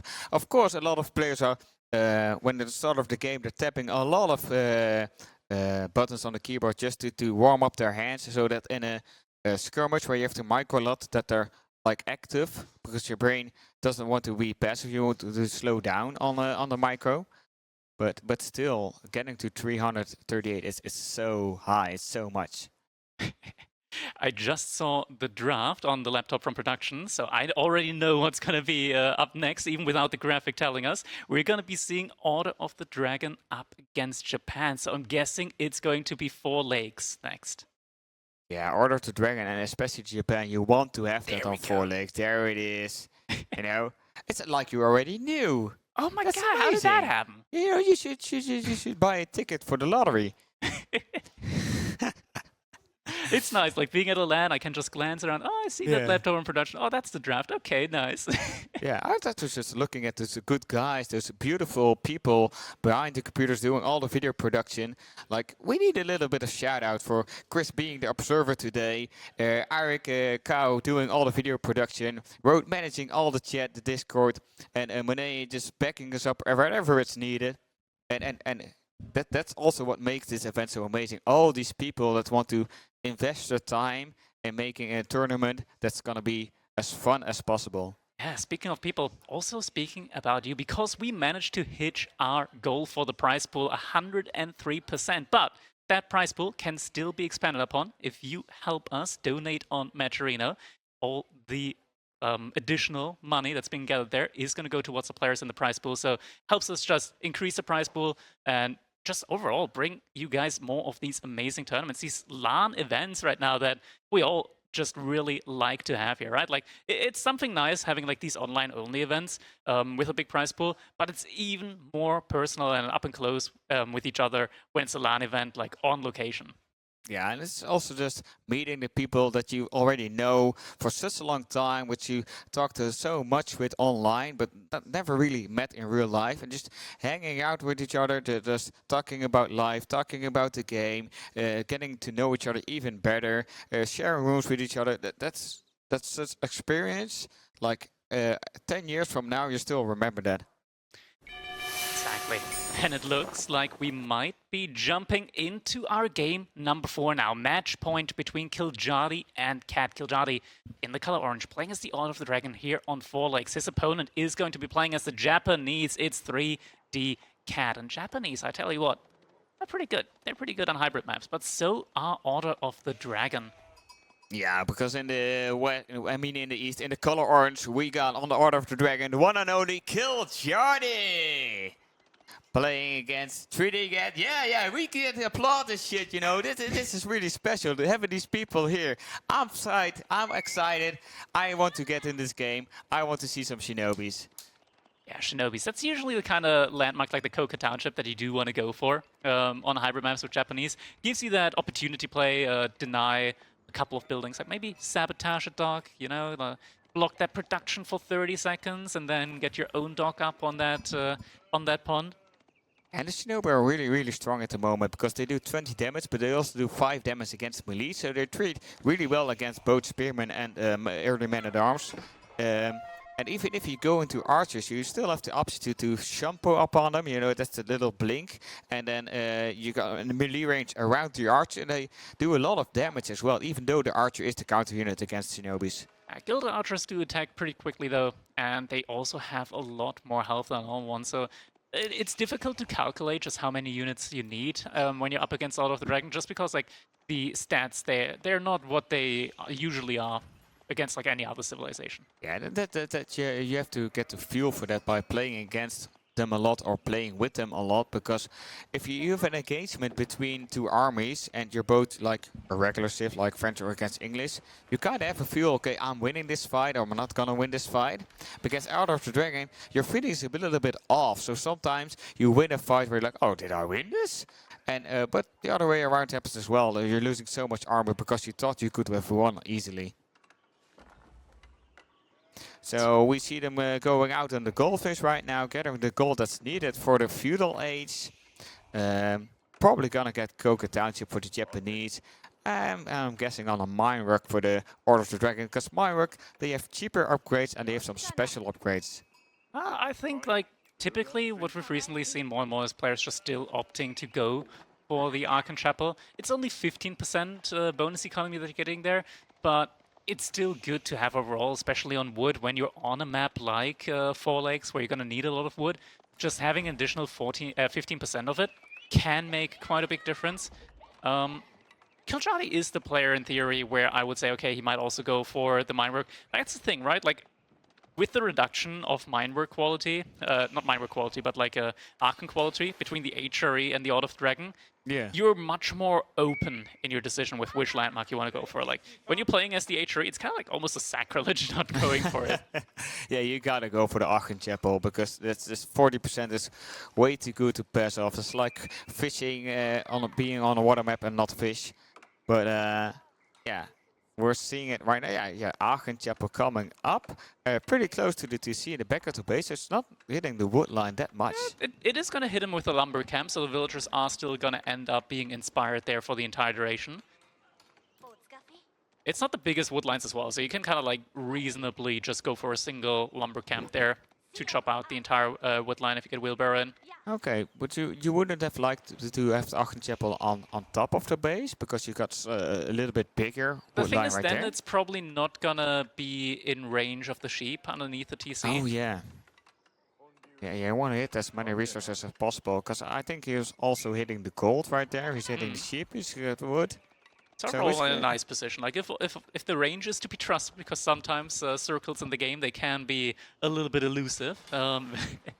It is a nice spot overall like that, and we are seeing the Coca Township coming in for Cat, so he is gonna have access to those shinobi. Kiljardi already hard at work when it comes to gathering up wood. Haven't seen a second dock being dropped so far on that pond. No, and we do have a second dock on the second pond from Cat. So he's already going for both ponds. He's already investing a lot of fishing boats. I don't know how many fishing boats we have. I think like 6, 7, maybe 8 even. So he's investing a lot in this eco right now so that he can easily get to castle later in the game. A couple of fishing ships are being sent out towards the sides here now from Kiljardi on that bottom pond. You do that just in order to have line of sight. Fishing ships do have a lot of line of sight, so it means that he is going to be aware just in case if Cat drops or tries to drop an additional dock on his side of the map. And we do immediately not just get the free shinobi, but 2 shinobi queued up right after here now for Cat. Yeah, 3 shinobi coming out, and the shinobi can defend their own docks. They can sabotage the dock of the opponent. Yeah, you can even potentially maybe burn it down if you micro it well. You can also attack the gold vein, maybe take out a villager. You're really versatile. We are seeing a response here from Kiljardi with Gilded Horsemen. Now, it is a melee unit. It is going to take bonus damage. Japanese shinobi, they do a great amount of damage baseline. But at the same time, like Gilded Horsemen, they're able to catch up, they're able to hunt the shinobi down, and they do have a large amount of base damage. Shinobi, they're a little bit squishy as well. So this is definitely like an opportunity play that could work out well for Kiljardi if he micros the Gilded Horsemen well enough.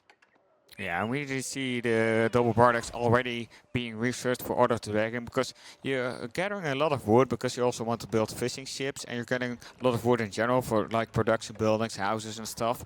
So it really pays off like in a couple of minutes. We see the horsemen coming in, we see the wall coming in for Cat as well because he's gonna be scared for those horsemen. They got so much AP, it's gonna take a long time to take them down. And Cat behind us, his army composition is going to be Shinobi and Horsemen. Can be quite scary. Immediate reaction there on the gold mine. Gilded Horseman isn't going to get a kill there. How's it looking down there on the pond with the Shinobi? gotten any value in yet. The first one is just about able to make it across now. We're also getting gilded archers in behind this. Scout does have vision on the first couple of shinobi here as well. Yeah, and he's rerouting a second horseman before the engagement, and now he's gonna poke it. Shinobu not noticing as of yet, turning around to try to look pick at up the damage that's coming now. through. The scout is at least down, but that second shinobi is gonna pay the price. And look at that, just so much health on those Gilded Horsemen, able to take down both of these shinobi, even though they technically counter the Horsemen. But Gilded Horsemen, they're just on a whole nother level there. More like a knight. Yeah, but it's just like one Gilded Horseman is about two regular horsemen, so they do a lot of damage. And Shinobi is meddling with them. We got a Gilded Archer already going in, so that horseman's gonna go down. That Shinobi's blinking away, jumping, but he's gonna get cat out. It's not enough. And this, an additional stable is coming in. Cat just trying to mass up more and more of these horsemen. Is this going to be enough? He has to dive in deeper into his own wood line. That means, though, that there's like a natural border, natural wall here for Kiljardi's archer to fire across the wood line. Yeah, and even the gold can be valuable. He probably put a tower on there already because you know he's losing the map control. He's gonna get a lot of pressure, but we see the Ragnits. That's quick. That's it's quick. Auto Dragon Ragnits. Yeah. Like, I've been told that's a big taboo, but I still fine. yeah, I still really like it. Like if you manage to get the relics because you got map control, and the relics they give double the amount of gold, so every relic is like 4 free vills. It's the opportunity play here, and Kiljardi, he does have map control. He does have a good amount of units out there on the map, and oh my god, the action going on there right now. First Shinobi gets taken down in the blink of an eye. Shinobi jumping onto the archer, take them down as well. But still, these are still Gilded Horsemen. Whenever it comes to like hiding back, they're still gonna do a lot better than these regular horsemen here. H-up does get spotted out. First prelate immediately comes up in queue. Kiljardi almost has enough gold to... there we go. Knight is getting queued up as well. Yeah. I was about to say to get veterancy on these horsemen, but instead it is going to be that knight coming in. It's going to take a little bit for that knight to come in. It's like, how much is it? Like normal knights are like 35 seconds, and for the Gilded Knight it's 42 seconds. Yeah. And it's just double the price to 280 food, 200 gold, but they can easily two-shot vills by just chopping at them at the regular place. You don't even need the charge to two-shot them, Don't even need the charge. And they also attack a lot quicker. 1.2 attack speed compared to 1.5 for a normal knight. Like, they're really, really quick when it comes to killing those villagers. And the scout of Cat looking at that prelate like, yeah, you're gonna take that relic, and there's nothing I can do about it. You know, that's just feels so bad, you know, seeing your opponent do a massive power play and just nothing you can do about it. You just have to accept it, roll over and die. Speaking of doing something about it, we are seeing the floating gate come in, and something to keep in mind. Cat, he is very, very far ahead economically. Mainly because he went out to that second pond. His opponent didn't. 20 fishing ships working for him right now. He's got all of his food villagers that were on food earlier, just working on getting that floating gate up, and he still has 22 economy, 20 economy units gathering food for him. So he's gonna be looking quite good here. As soon as the Age comes in, he is gonna be able to just pump out a lot of these mounted samurai. And mounted samurai, I think, in mass, with abandonment, should still be able to do a reasonable job if you got the numbers up against these Gilded Knights. Oh yeah, but where is the Shinto priest? It has risk of getting caught out, but I don't see him walking as of yet. We probably went back into the CC, because if your Shinto priest gets caught out carrying that Yoshishiro, it's in the archer range, it's gonna get Anamusha again. Okay, that's a nice play here. Coming in from Cat, so Anamusha is gonna have that mobile crossbowman unit. Oh, but the Shinto priest.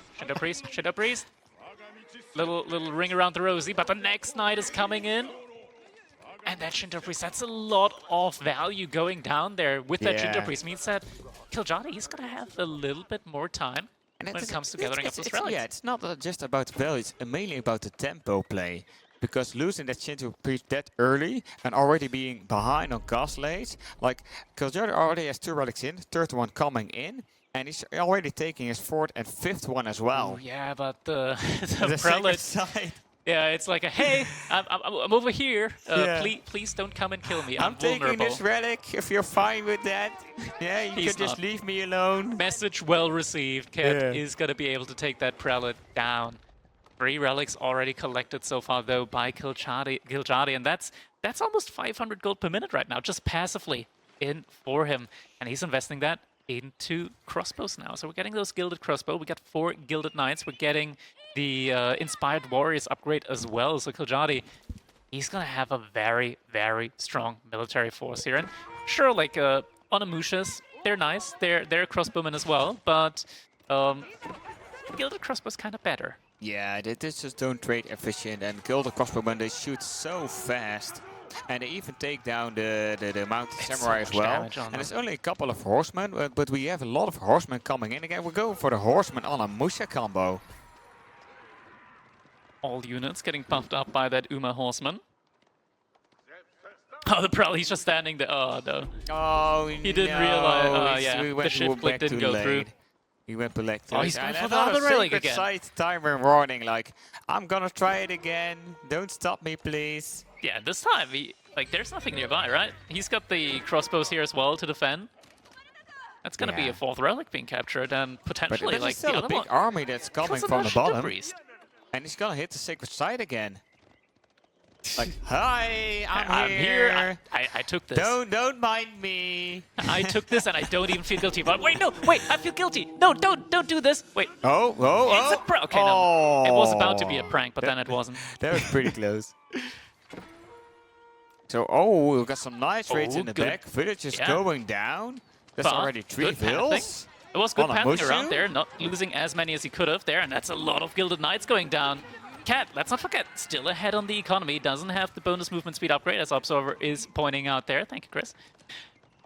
Yeah, and the Gilded Knight, like, he needs to save them, because if you can heal up a Gilded Knight, that's so much value, because they're so strong and so expensive. Like, every knight saved is really nice to have in your army. Yeah. Behind this, we are getting a remass on the horseman, the Gilded Horseman, for kiljardi, so he's going to spend his food income there. We do also have a play out onto the second pond now on his side for him as well, so it's starting to scale economically over there as well. And look at the crossbows. Doesn't matter if you're a knight or horseman, what armor type you identify as, it doesn't matter. They're going to destroy you equally. Yeah, and they both did it at a scout, and they both just wanted to play in the forest, and then they met each other like, this is my hut. And the horseman trying to charge in. It's a case of connecting. We even got the relic. The relic is pulling back. Oh my god. Can we get some horsemen in? Disgusting no, we don't. Fight. That's so much value. Oh, but the Onamusha also doing good damage here to the crossbows. Oh yeah, this is gonna be a lot of lost armor for kiljardi right here, but he's doing really fine. He's taking out a lot of horsemen, but his crossbows, they managed to get away, and Cat backs off. 4th relic secured. But Cat able to take the other relic, so it's still 4 relics for Order of the Dragon, and with the Ragnuts, that's a good amount of value. Yeah, that's 16 villages on gold. Passive. Decent, I want to say. Yeah, wouldn't you? Yeah, 16 villagers. I would like 360 villagers on gold, please. I don't mind if I do. He even took the second pond as well, so he's trying to catch up with the fishing eco at least. I don't know how many fishing boats against how many fishing boats. Wait, that's not an archer ship. No, that's a Springald. No, it's not a Springald ship either. It's a transport. Okay. That's the wrong version of the map. This one doesn't have relics in the corners. No, it's probably gonna be a misclick, but it's gonna get taken down now. Cat is gonna take it out as a misery, but he's like, oh no, you can live another day. So we got a lot of horsemen on horseman action right here. With the Uma Bannerman buff though, is that gonna be? Oh no, he's missing blacksmith upgrades. It's not as good as you think. Oh no, the horsemen are dropping down, but kiljardi backing off. He's respecting. He's respecting. Now he's like, I'm getting value like little by little. I'm fine. And we get a big push on the tower, but it's gonna take a long time to burn down. It's even got a Springald upgrade in it. It's gonna get fortified. You can emergency repair it. And Bottom Duck getting attacked, but it's probably just a scout. More and more prelates being added here now as well for kiljardi, so he's spreading that inspired warriors buff to all of those units. Villagers trying to get that gate up. The knight might want to go through that, but I mean he can't fall back. The Onamushas are there, actually taking down some of the villagers here as well. Oh yeah, that's 3 snipes right there. That's value. But we also see barracks coming up. We see spearmen being made. We're A going lot to of the them from to the both, yeah. spearman crossbow composition. And to be honest, I like Order of the Dragon crossbow spearmen better than the Japanese. It definitely packs a lot more of a punch. Like each of these individual units, they got a job. They got a job to counter a unit. But the spearmen from All of the Dragon, they kind of can do even more than that. They can also counter your opponent's spearmen. Pretty much whatever you throw at them, they're a pretty decent unit to have a lot of, either way.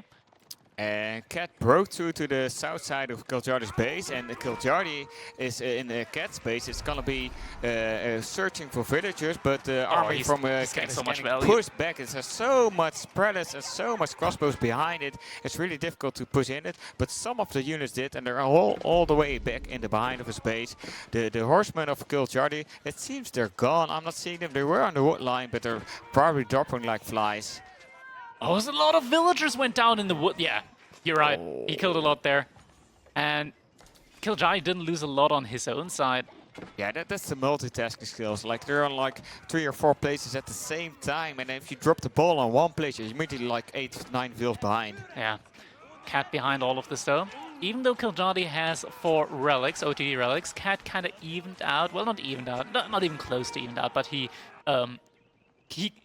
closened the gap a little bit by taking 2 sacred sites, so it's 280 passive gold per minute for him.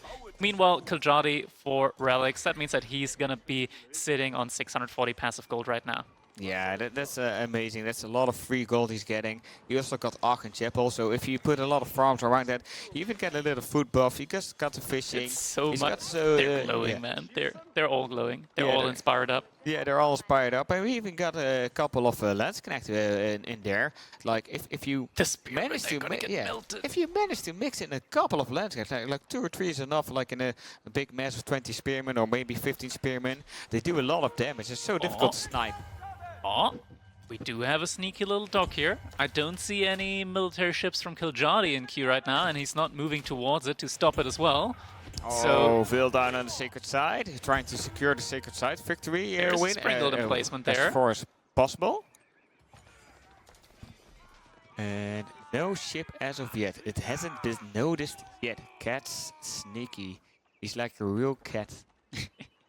Second dock coming up as well. He's getting naval arrow slit, so it's going to be kind of tough to take these docks down with ships. Instead, you're going to need units there. But units, they're going to need it elsewhere. They're going to be needed on those sacred sites eventually. Yeah, raid on the gold again on the top side of Cat's base. There's a couple of horsemen trying to pick off vills again. We see another vill going down on the sacred site as well. The Sprinkle Tower is going to get burned down before it gets Russianist fortified can't have upgrade. enough. He's got a And lot. That's gotta be close. I know, it's still so many crossbows, even more horsemen coming in.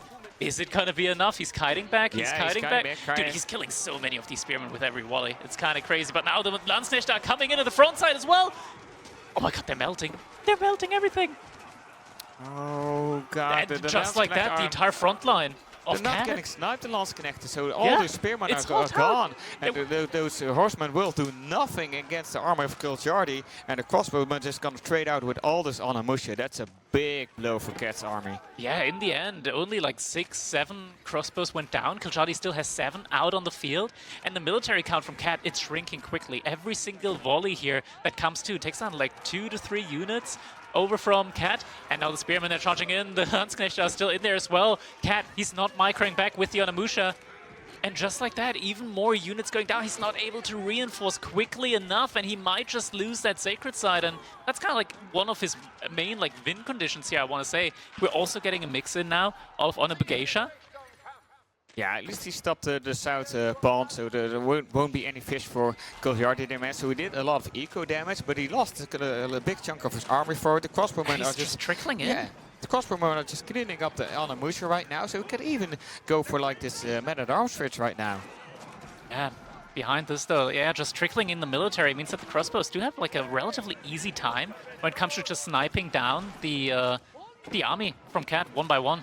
Yeah, and he's even mixing on Abbasid right now just to have some front line for the Onimusha so they can attack freely. They're trying to burn down the Springhold Tower. It's fortified, so it's going to take a lot of burning hits. But this melee can take the time to burn it down, and the crossbow will just protect that choke point. It's so hard to engage. keep in mind that Cat's military count, it's deceiving right now because it's not actually that big. There are 3 archer ships and a Springle ship that are virtual, like, just inflating that count by quite a bit. So he did lose most of his military, and he is not in a great spot right now. No, 2 more villagers are going down, and there's a big difference in armor value as well. It's like kiljardi has to double, and he's gonna push his base now. He's smelling blood underwater, as they say, and he's smelling the wind. He's on match point. He's going for it. Cat is in trouble. Indeed, that's a big Order of the Dragon army now in front of his base. Production buildings are getting taken down. Sacred Site victory condition has been denied. Cat, he's trying to build up a lot of Honor Begeisha, going for that last ditch effort here. But there are 8 Landsknechte in there. I'm feeling bad about this. Crossbows are gonna be the first to be attacked upon, though, but there are the Landsknechte! Yeah, the and look at them! The infantry vessels being melted! They're all just getting wiped out. The front line is dropping like flies, and only the Honor Militia left, and they won't be enough against that gigantic armor of kiljardi. And they're going by kiting back and forth in that little choke point, trying to get as much value as he can. Honor Militia trying to snipe those crossbowmen, but there's just too many units to deal with. Honor Begeisha, more like Honor Hugeisha, because I don't see any of them left on the field. Yes, Crackety, finally, we got you infected with the puns. I'm proud. Oh man, yeah, this is a rough one now. There's just no real way to fight with the military units that Cat has on the field right now. And yeah, with this many Landsknechte, it just doesn't feel like Honor Begeisha is the right unit here for the job. Yeah, and like Cat does have a lot of fishing ships, so he does have a lot of food income. It's on 2,000 It's food. all being spent. But that's if you can't, you know, put it into army. If you can't defeat the army from the opponent, and even the shrine is getting burnt down now. So there's 1 relic gone, and he's got a lot of. He's got a predator there. He's gonna joink it. Come on, take it home, baby! All the way, 5 relics, Order of the Dragon. You can do it. Now he's busy inspiring. He's busy inspiring. Don't bother him. These are menial tasks. He doesn't have time for that. Yeah, who wants a relic that's double the amount of gold? He's just going to take down all the buildings instead. And these are the Urshira buildings. That's a lot of value gone. Yeah. Grant, not that much value. Barracks are only 75 wood for Japan, but wood is not something that Cat really has at the moment. 38 in the bank. Yeah, but there's still a lot of 24 villagers on stone. He tries to get the emplacement. He's trying to get the last TC upgrade, isn't he? It's trying to stick it out. Like he's trying to prolong the game as much as he can because he knows he needs time. But kiljardi already banking a lot of food, a lot of wood. He's got a big gold income. He's got a huge eco. Like if he can even go to Imp if he wants to. It's getting difficult. It is getting difficult now. At this point in time, I'm gonna need to have Wham take over here for me now. Thank you, Crackety. He gives over the headset. And ladies and gentlemen, we're getting ready for the end of this game. Coming to, I don't know, end of this game. When I see Order of the Dragon with this military mass, I get a little bit spooked magooked. Oh yeah, Cat's in a really difficult position. Like, kiljardi has the double amount of armor value. He's got all the relics. There are dying villagers left and right. We got Honor Begeisha going into those Landsknechte again, but the AoE damage of those Landsknechte, they're just melting, dropping like flies. It's just no use. But Cat hanging on onto his life because it's match point. You know, you don't want to give up too easily. But once again, he has to back off and rethink his plans. Now we can see with Cat, he's getting his Daimyo upgrades as well. He wants that TC to fire back because he knows when you're playing against Order of the Dent, they do not mind diving anything. So I feel like this is maybe just the only option he had. Look at these guys. They're just raiding everywhere. kiljardi is listening to those first 3 letters in his names, and it's just kill, kill, kill. A lot of villagers are dying as well on the gold, and we're trying to chop a little bit of wood on the way back, but they were not allowed to. And we got this big engagement again in the middle. So even though, and Cat taps out, it's a win for the one and only kiljardi, and that was match point. That's 3-1. It's over. And that just shows you the Scandinavian king coming through here. We see the King of the North players really shining hard today. Kiljardi looking very proud of himself in this one. Cat, though, Of he put course, up a pretty big because fight. he just proven that even if you're getting old, you can still win a lot of AoE 4 games. Yeah, You know, age is we not a old factor guys, here. you need to stand up for each other, you know. Yeah, a lot of people say when you get older, you get a little bit slower, but in RTS, it seems to not be the case. These Not young lads always. are having a hard time against our grandpas. And when I say grandpas, I mean all of the adults, and there's so Yeah, many yeah. of us here. Yeah, but a lot of all of players are still really good. Like if you look Yeah. at the Age of Empires 2 scene, like a Viper or a Doubt, they're also like a bit older than the average Age of Empires player, but they still feel like they're unbeatable. Yeah, I can imagine these guys have a lot of fire in their sails and a wind in their sails in this one. Oh my goodness, I just mixed up all my expressions like that. But guys, the man with many, many words is about to join us here on the desk, and he's going to give us an interview of a lifetime. Hello. Yeah, test. We hear each other. We can talk. Yes. Okay, very good. First of all, congratulations with the win. Thank you. Win, of course. So we went 3-1. It's 4 games in. Before the first game, like you're going onto the stage, you know you're gonna play Cat. You probably know the player because you played him a lot of times on ladder. Like, did you ever feel like which shift preferences he has and what maps he like? And did you already like pre-plan some stuff? Yeah, I know pretty well how Cat plays and which shifts he likes, so I drafted accordingly and it went decent.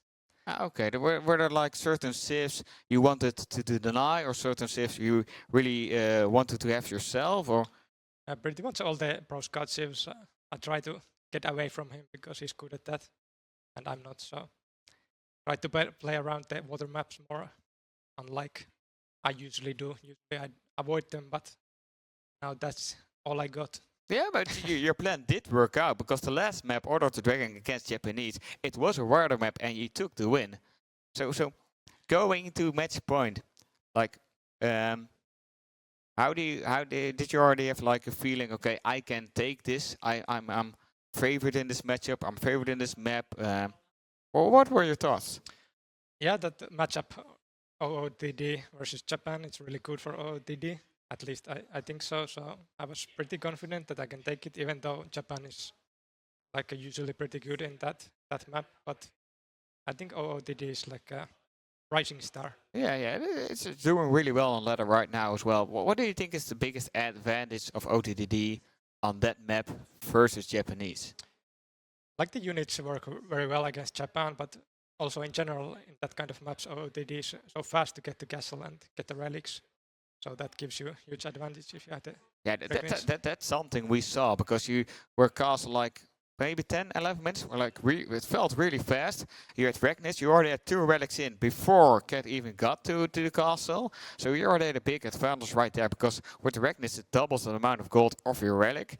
So that's a lot of villages you don't need on gold, and gold is pretty difficult resource to get because you have to, most of the times you have to go out on the map to get to those gold veins. That also means that your villages are easier to raid. Abbasid against JD, that was an interesting one as well.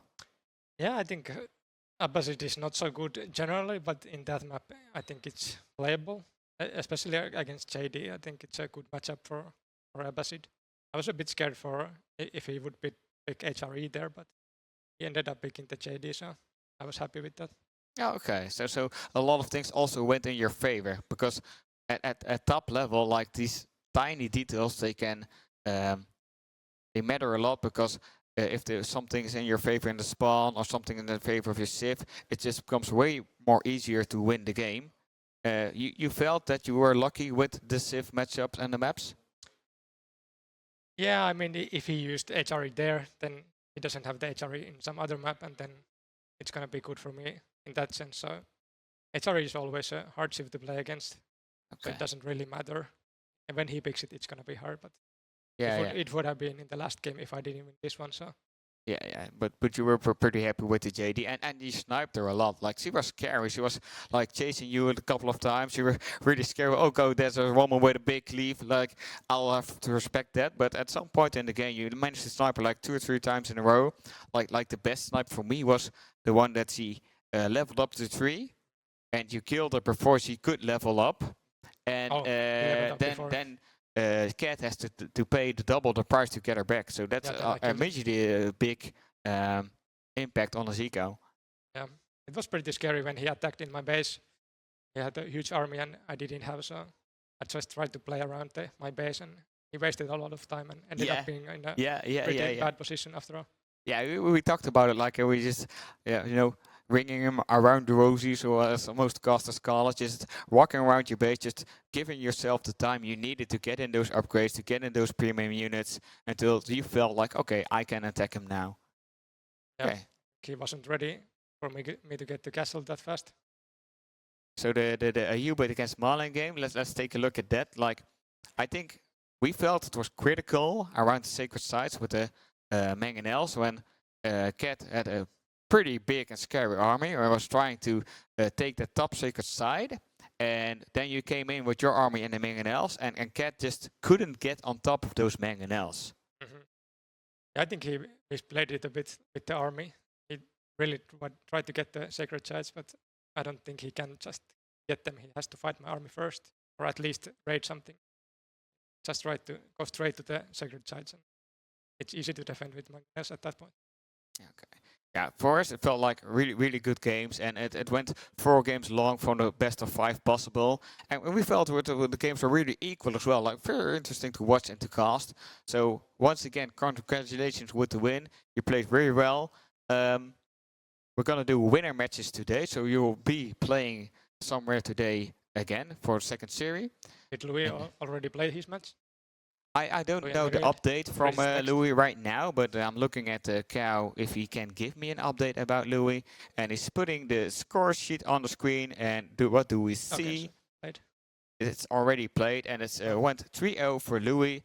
So Louis is gonna be your next opponent, and I'm gonna give you some time to prepare. Yeah, he's a scary guy.